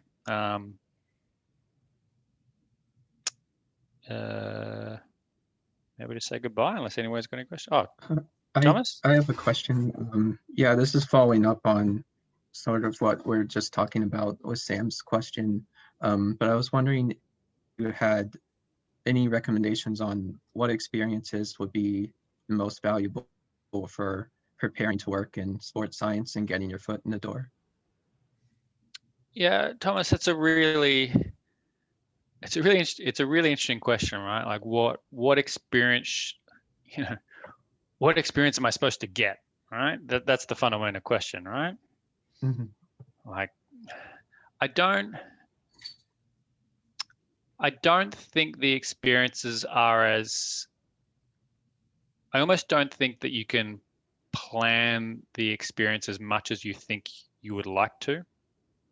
I think the internships, the formal internships are definitely what you want to try to get. I think that's the goal. So those internships, like I know, for example, some of the Major League Baseball teams have internships that are rolling, especially through their summer training. I know that a lot of those teams will look for students or people who aren't fully fledged sports scientists yet, so to speak, to get help. And that's the best place to get experience, those internships. But I think sometimes what we miss is there's a step before that you need to put yourself in a position to get those internships, because they're not easily handed out, I don't think. So almost thinking about where you're trying to get to and what your dream job is should shape the experiences that you need to get the internship, to get the job, to get to the dream job. So in terms of that, there's a step that requires you to think about where you're trying to get to. Then working back from that, thinking about the internship you're trying to get. But the experience before that, I think, can be much more generic than we think it can. The process of working in any sport is something that's valued by any internship. And I say that because so much of it is about, they want to know, will you turn up on time? Are you willing to turn up to training when they need you to? Do you have a reference from a coach or an athlete that doesn't think that you're a dipshit, that believes that you can speak their language a little bit, that a lot of them are looking for people that are just nice, good people, which pretty much every sports scientist I've met is, but we almost need proof of that through our work experience. So there's this big piece of your first work experience, just showing that you can get along with people, and you can do all those things that we ask our athletes to. You can work hard, you can turn up, you can do the small things that aren't necessarily glamorous. Like, I've spent my time, cutting up fruit for athletes before they get back from training. I've spent my time, helping sort of, what other stupid stuff have I done? Helping deliver, some of the footage from training to people, helping the athletic trainer carry some bags, all those little things that aren't on our sports science resume, but just show that you can operate within that sports science world. So if I was to suggest a place to start, it is, it would be the sport you're most passionate about. But if you're either not truly passionate about a single sport, or you can't get a foot in that door, then any sport will do, because the experiences are far more translational at that lower level than you think they are. So an experience with a volleyball team, you'll be pretty much learning the same things that you would with a basketball team or a football team or whatever, or with a junior team or a senior team. Those base experiences are pretty consistent, and that's what you're searching for in those first jobs. So almost not being too much of a snob and saying I need to start up here, but just getting in there. You'd be amazed the random sort of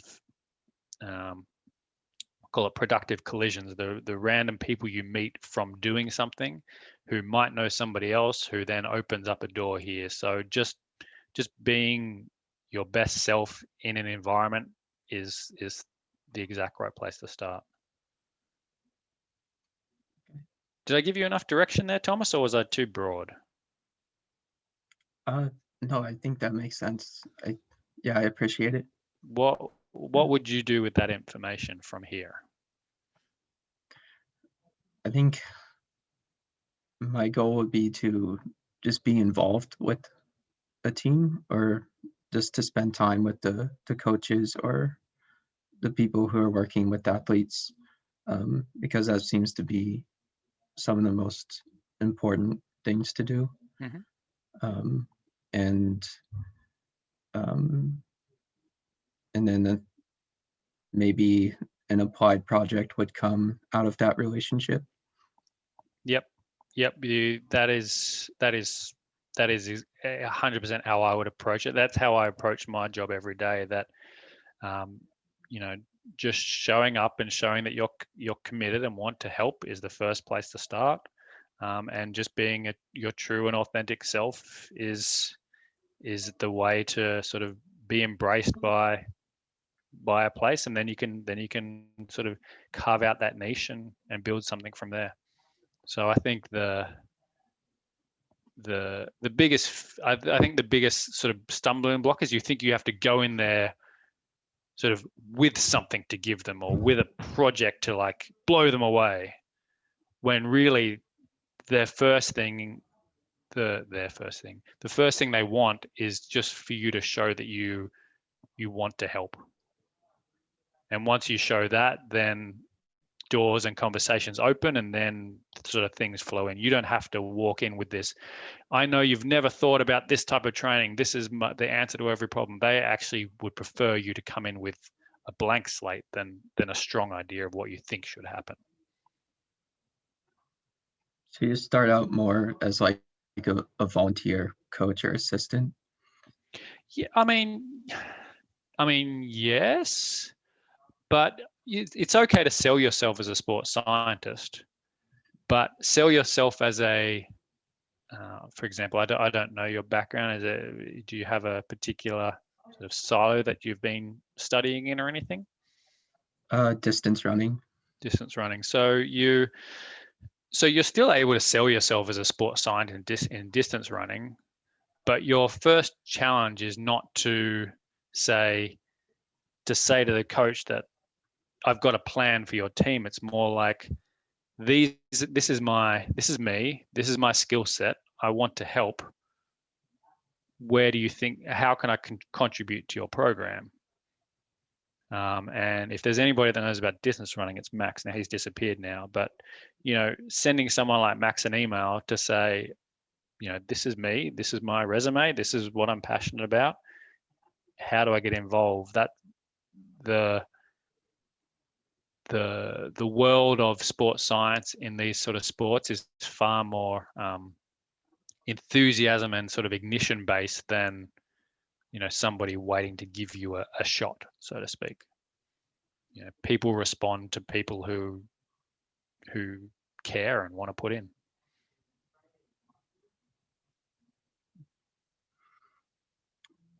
Thank you very much. You're welcome, Thomas.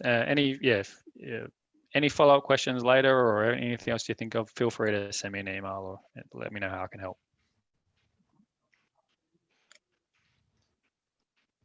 I do have a question. Yes, sir. It's kind of very specific. So I just finished my PhD. I engaged in a postdoc. So I'm doing a postdoc right now. Mm-hmm. But my long-term goal really is working on baseball biomechanics. Like I was looking for opportunities and trying to apply, but then the pandemic happened. And then, mm-hmm. All the jobs just basically, they stopped advertising jobs. Mm-hmm.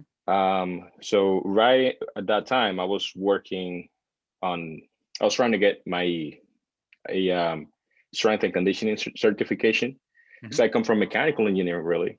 Now I'm doing a postdoc in kinesiology. So I was trying to strengthen that background on athletics. Mm-hmm. But then they stopped doing tests.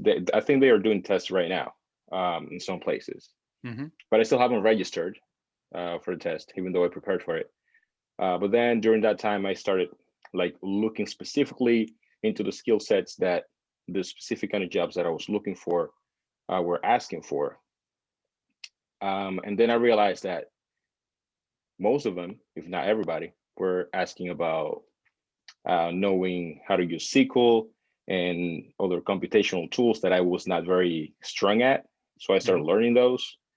So I've come to a point where I am now wondering, now that I'm completing a postdoc in the kinesiology department, I'm getting engaged more and more into human subject research. if it is really worth it to get the strength and conditioning certification instead of getting a certification in data analysis, for example. What would you think about that? Honestly, I would go with what you care about more, because the use of those skills in the future is going to be based more about your passion for a topic, or your ability to use that topic, rather than almost your knowledge of the topic. There's almost a different sort of way of looking at it in terms of, I can do this. It's more, the more passionate about it you are, the more you can apply it.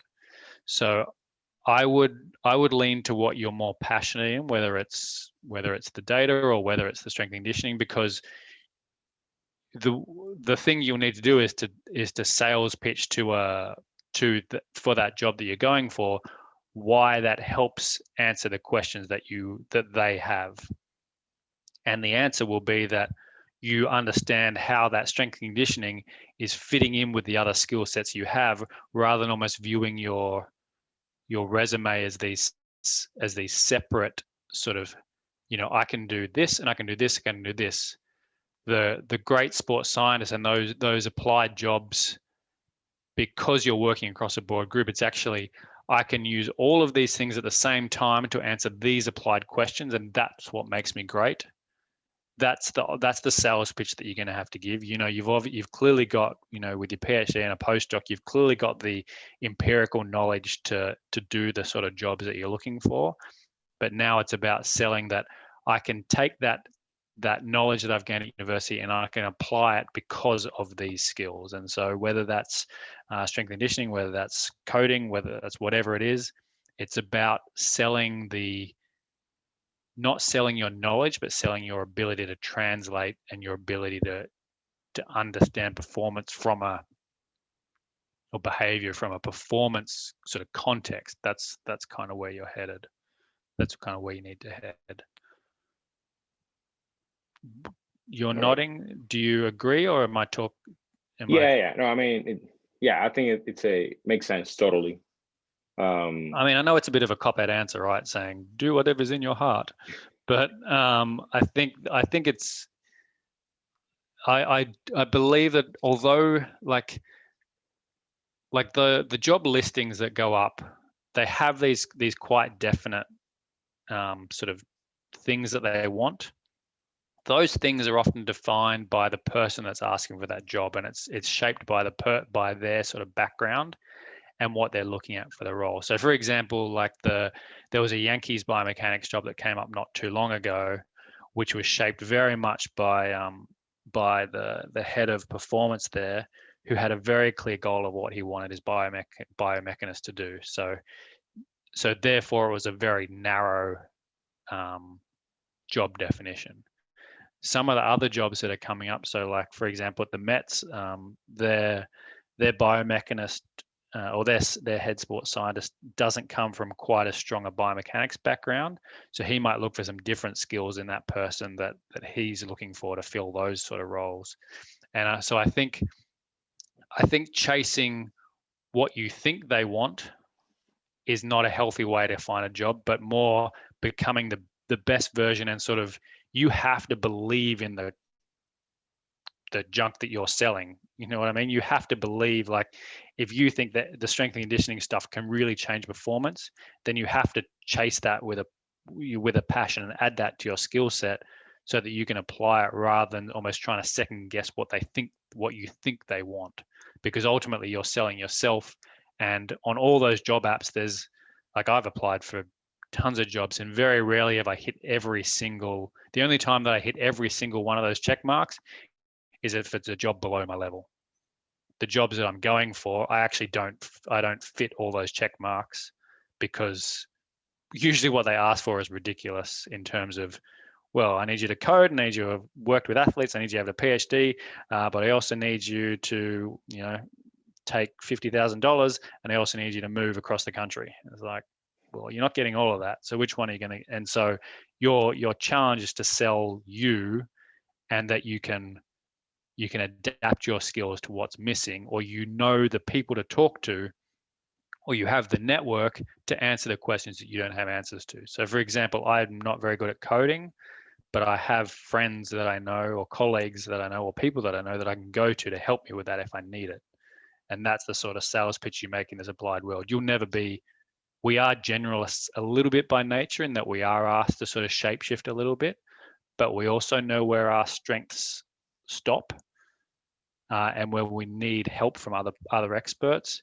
And so we also have those experts to call on to answer those questions. And that's ultimately what we need to sell in these environments, that you have these skill sets and you're comfortable in using them and translating that language, but you also know where your knowledge stops, and but you can go and get the answers if you need them. Or as you've shown, I can learn stuff quickly if I need to. For example, I learnt this coding language. For example, I got this qualification. Like I have the ability to learn quickly if I need to. Is the skill set, rather than I have this coding language. Right. Thanks a lot. Makes a lot of sense, because I think, like, now thinking about it, I think sometimes we can get so caught up into what other people are looking for that we forget to really look inside and like think about what our goals are. 100%. And I did that too. I've done that too. That's when the people around me were good at certain things. So I was like, well, I better learn how to do that too. And to be honest, it took the passion out of what I was doing, because I didn't like that. And I wasn't very good at it. So I felt like I was actually getting further behind rather than closer to my goals. And then it was actually stopping and thinking about, well,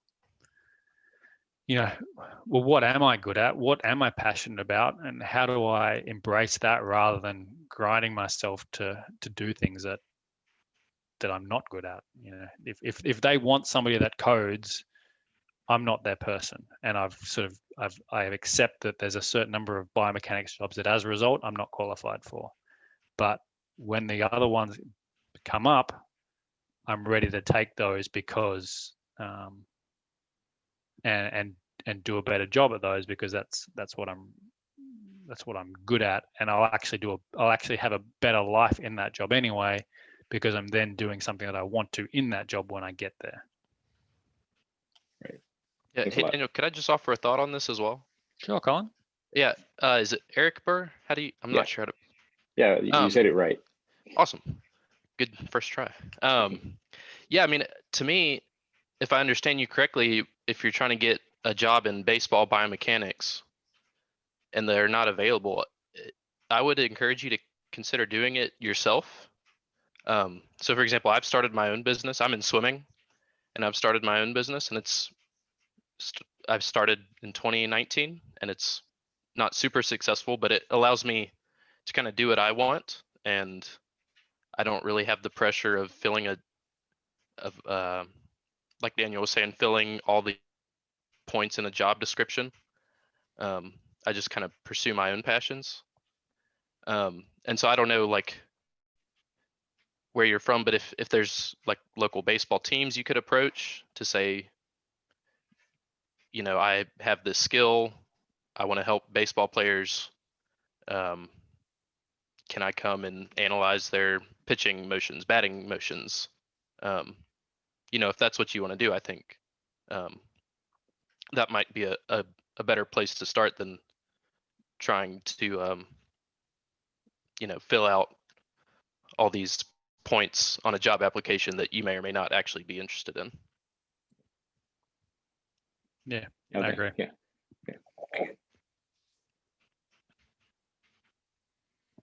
Hillary, you stayed awful. Oh, sorry, Colin, go for it.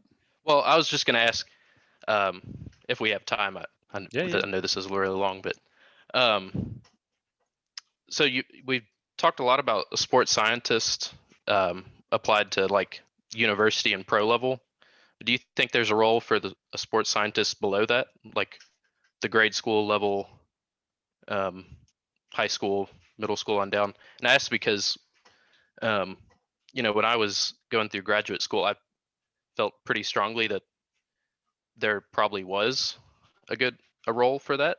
to bring like data analysis to that level, but I think being a couple years removed now, I think maybe it's not so important, especially particularly for like the middle school on down level. Where now I kind of feel it's probably more important to teach them just to love the sport and enjoy what they're doing rather than maybe, you know, analyze their movements and that sort of thing. So I was just wondering what your take on it would be. Yeah, I think the challenge is that when we use the phrase sports science, it's such a broad word that certain types of sports science don't apply or don't necessarily apply to kids but like, so for example, I'm in skill acquisition, and skill acquisition is a perfect science for junior programs. There's a lot of skill acquisition work in terms of designing more engaging environments for kids, designing, changing the size of courts and balls and pools and that sort of thing to make sport more, to make the movements of sport more like the movements that the athletes will need as they get older. So there's definitely sports science there. I think sometimes we think sports science has to be too stuffy and too scientific, which is why we think it doesn't apply to kids. But I think if we think about the tasks that we try to solve, about teaching technique, about measuring, split times, you can make that stuff really, really fun, still using science, and therefore change behavior. So like, for example, if you think about, split times or stroke rates or that sort of thing in swimming, if you give a kid a report about their stroke rate, they're not going to care, right? But if you gamify it in terms of, having some cool things like some sensors which automatically read stroke rate and, challenge kids to hit certain markers, just like you would with a Wii or with the Xbox Kinect when it worked. That's all sports science. It's just taking the science and thinking more about the delivery of the science rather than the science itself. So I would argue that there's always a place for sports science at every level, but being aware of how you need to massage your message is the important part. Yeah, I guess that was kind of what I was trying to say with, I'm trying to approach it more as teaching them to love the sport. Yes. Whereas I think a couple years ago, maybe I was coming at it from the wrong direction, I think.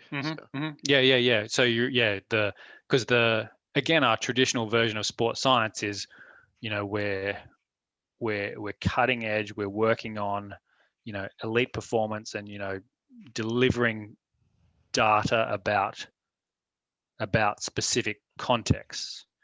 Whereas actually, if you take a step back, we're using sports science as a tool to improve performance, and whatever performance that is, we can apply it that way. We just need to think a bit more broadly about what our skill set truly is and how we want to apply it. That's the actual challenge, rather than just almost the stereotyped way that you might think of yourself as a sports scientist. Yeah. So I guess a follow-up question, like to the flip side, with the university level, pro level athlete, do you think there's value in maybe coming across as like trying to teach them to love the sport again, or like I don't know how to put this. Yes is the short answer. Yeah, so I know exactly what you're saying. So there's this wonderful ability to take all the fun out of sport as people get more professional or as they go up the ranks. And it's, in my opinion, the completely wrong way to go with the way we teach and embrace sport. If, for example, why do we need to give them a elite swimmer a boring report about stroke rate? Why don't we make it fun for them as well? For some reason, we get really serious about interactions when it comes to professional sport, which, they went through it in skateboarding when skateboarding got into the Olympics, and when rock climbing came into the Olympics, all of a sudden this team of professional coaches and scientists turned up at their sports and basically, were on a mission to ruin it and make them professional. And, the Australian surfing actually did a really good job of making that transition of still embracing the culture of that sport, embracing the fun and the things that make them successful, and imbuing the science around that, rather than coming in as this. Sports science is not as concrete as we think it is. It's not as dry and boring. Like you're in sport, you're supposed to be having fun, you're supposed to be smiling, you're supposed to, yes, it's hard work at times, but if you wanted a boring job, you'd work in a bank. Sport is about laughing. It's about, it's about a community. It's about working to a common goal. It's about more than just, delivering data on movement. Like if you want to deliver data on movement, then, you can work with people with Parkinson's disease or something. Not that there's anything wrong with that, but it's just a different context for behavior. And sport is about expression. It's about, the great athletes, have flair. And so, I'm not encouraging scientists to be too insane, but, you're allowed to be a bit quirky because it's what you do.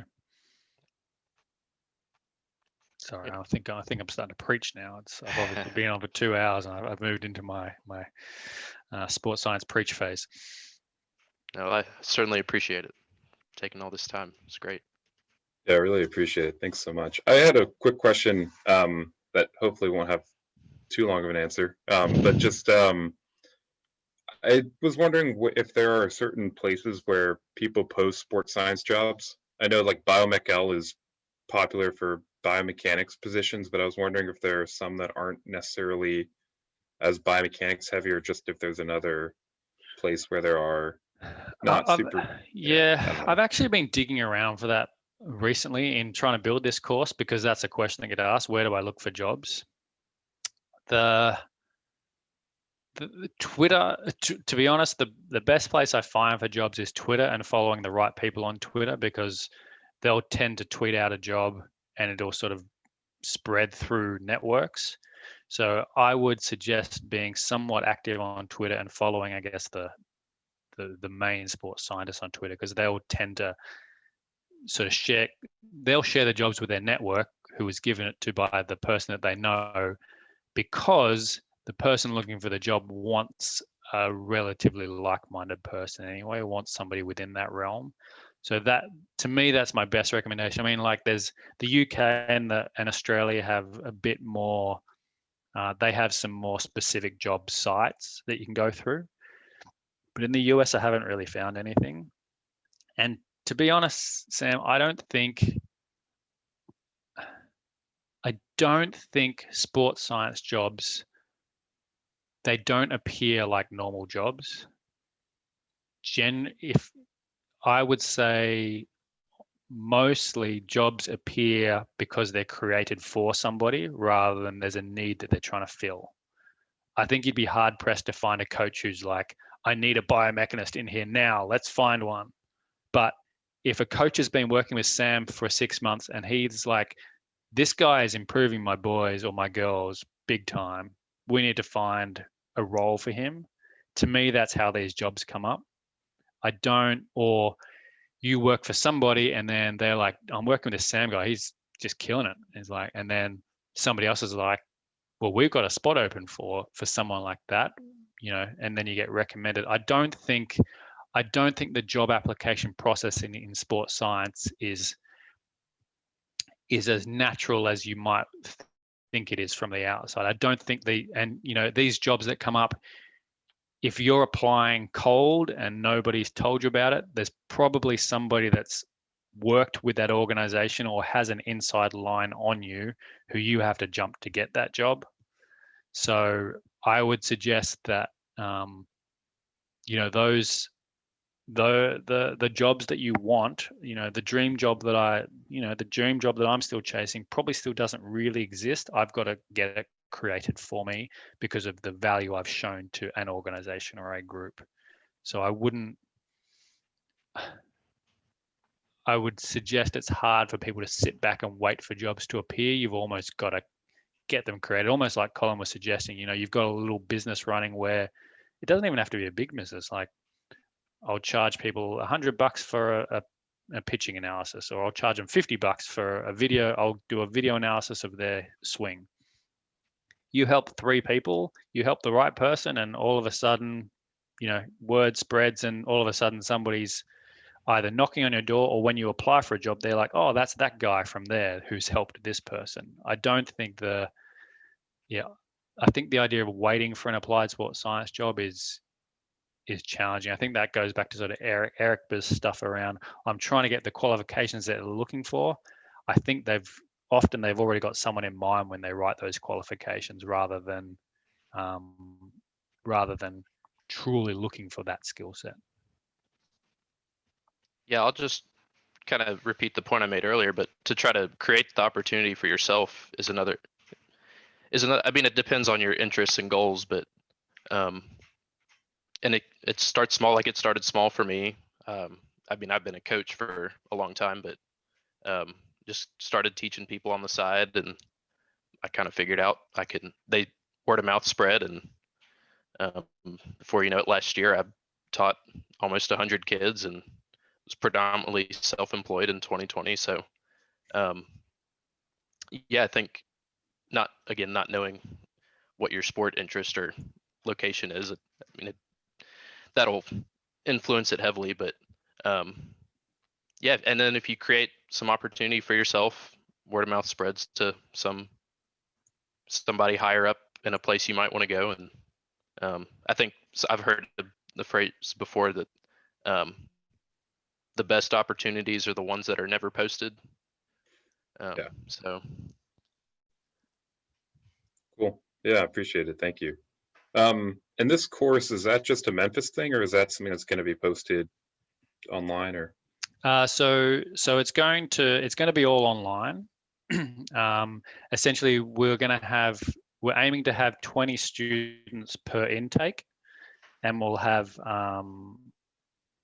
and so basically it'll open up for a month. You'll have a month to go through the course material by yourself. In that month, at the front and back, you and I would have a chat about I guess your goals and helping you get what you want out of the course. And then within that month, you'd also have those weekly meetings. But essentially, it's self-paced online stuff. It's a lot of it. I guess some of the slides from tonight are in some of the modules, but each module basically has a sort of a couple of hours of either sort of reflective tasks, assignments that I would grade or work through with you, or just sort of presentation style things. Just again, talking about the sort of stuff we've been talking about today. I mean, I really see so it's designed for anybody who's interested. Because we've learned in the last year that this online stuff actually works all right if you do it correctly. I don't think I'd have said that a year ago. Yeah. Cool. Thank you. Appreciate it. You're welcome, Sam. My pleasure, buddy. Great to meet you. If there's anything I can do to help you on your path, just shout out. All right. Will do. Thank you so much. Same here. Colin, good luck with your business. Yeah. Thank you. All right. Have a good night, everyone. Cheers, buddy. Come on, Hillary. You've been sitting there quiet all night. You must have something for me. Or are you just happy observing? I'm like a sponge. So no, I got a lot out of this, especially the you saying don't focus on what people think you should be doing, and rather what you're more passionate about. I think right now I'm trying to figure out how I can, as coaching's going really well. Oh yeah, the track guys are going all right? Yeah. And figuring out how because I almost feel like I'm establishing myself as a coach and getting that repertoire before I'm able to, implement some of the more, sports science tools that I have in the back of my brain on how I can help the program. Yeah, it's amazing. Might be a little flip-flop than I anticipated, but but honestly, the stuff that you learn, you'd be amazed how 5 years down the line, something that you did that you didn't realize was helpful is helpful. As long as you keep following that stuff you're passionate about, you'll end up using the lessons from it somewhere. think just learning too the ins and outs of, I mean, I competed track and field at the D1 level, but learning more of the coaching admin side and what they're actually dealing with day to day, it's how do they fit sports science into that?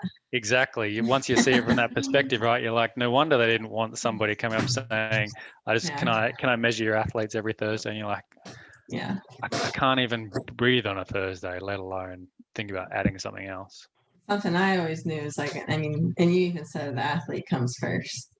That's been the not pet peeve, but one of the hardest things about my PhD is, trying to get athletes in with it's more of a return on the research side than the athletic side. It's sort of, I feel like, not even ethical.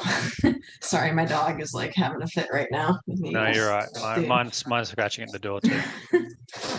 But yeah, it's true. You've got to. I spent a long time turning my PhD into something that was sort of applied and linked to my job at the time. Because my first version of it was all me. I wanted the athletes to answer my questions, and I got to the point where I was like you, I was just like, what am I going to get out of this? Well, I'm going to write a report, and I'm going to you'll get a summary on why you should do this. Like, I don't want to do that. And you're like, well, that's all I got. Not exactly. Alrighty, guys. Hillary, can I ask who you coach for? Sorry. Auburn University track and field. Oh, nice. Awesome. Yeah. That's great. Yeah, so Hillary's I've been helping her a tiny little bit with her PhD. A lot of it. So I'd say that for sure. That's awesome. I really appreciate it. I got a lot out of this tonight too. Awesome. All right, guys. Well, I'm going to head off and have some dinner. Feel free to contact me on Twitter or email or through the HPC website. Just reach out if I can help at all. I think the sports science fraternity is much smaller than we think. So just reach out if I can help. Thank you so much. Thanks a lot. Thanks, Daniel. Have a good night. Yep. Have a good night.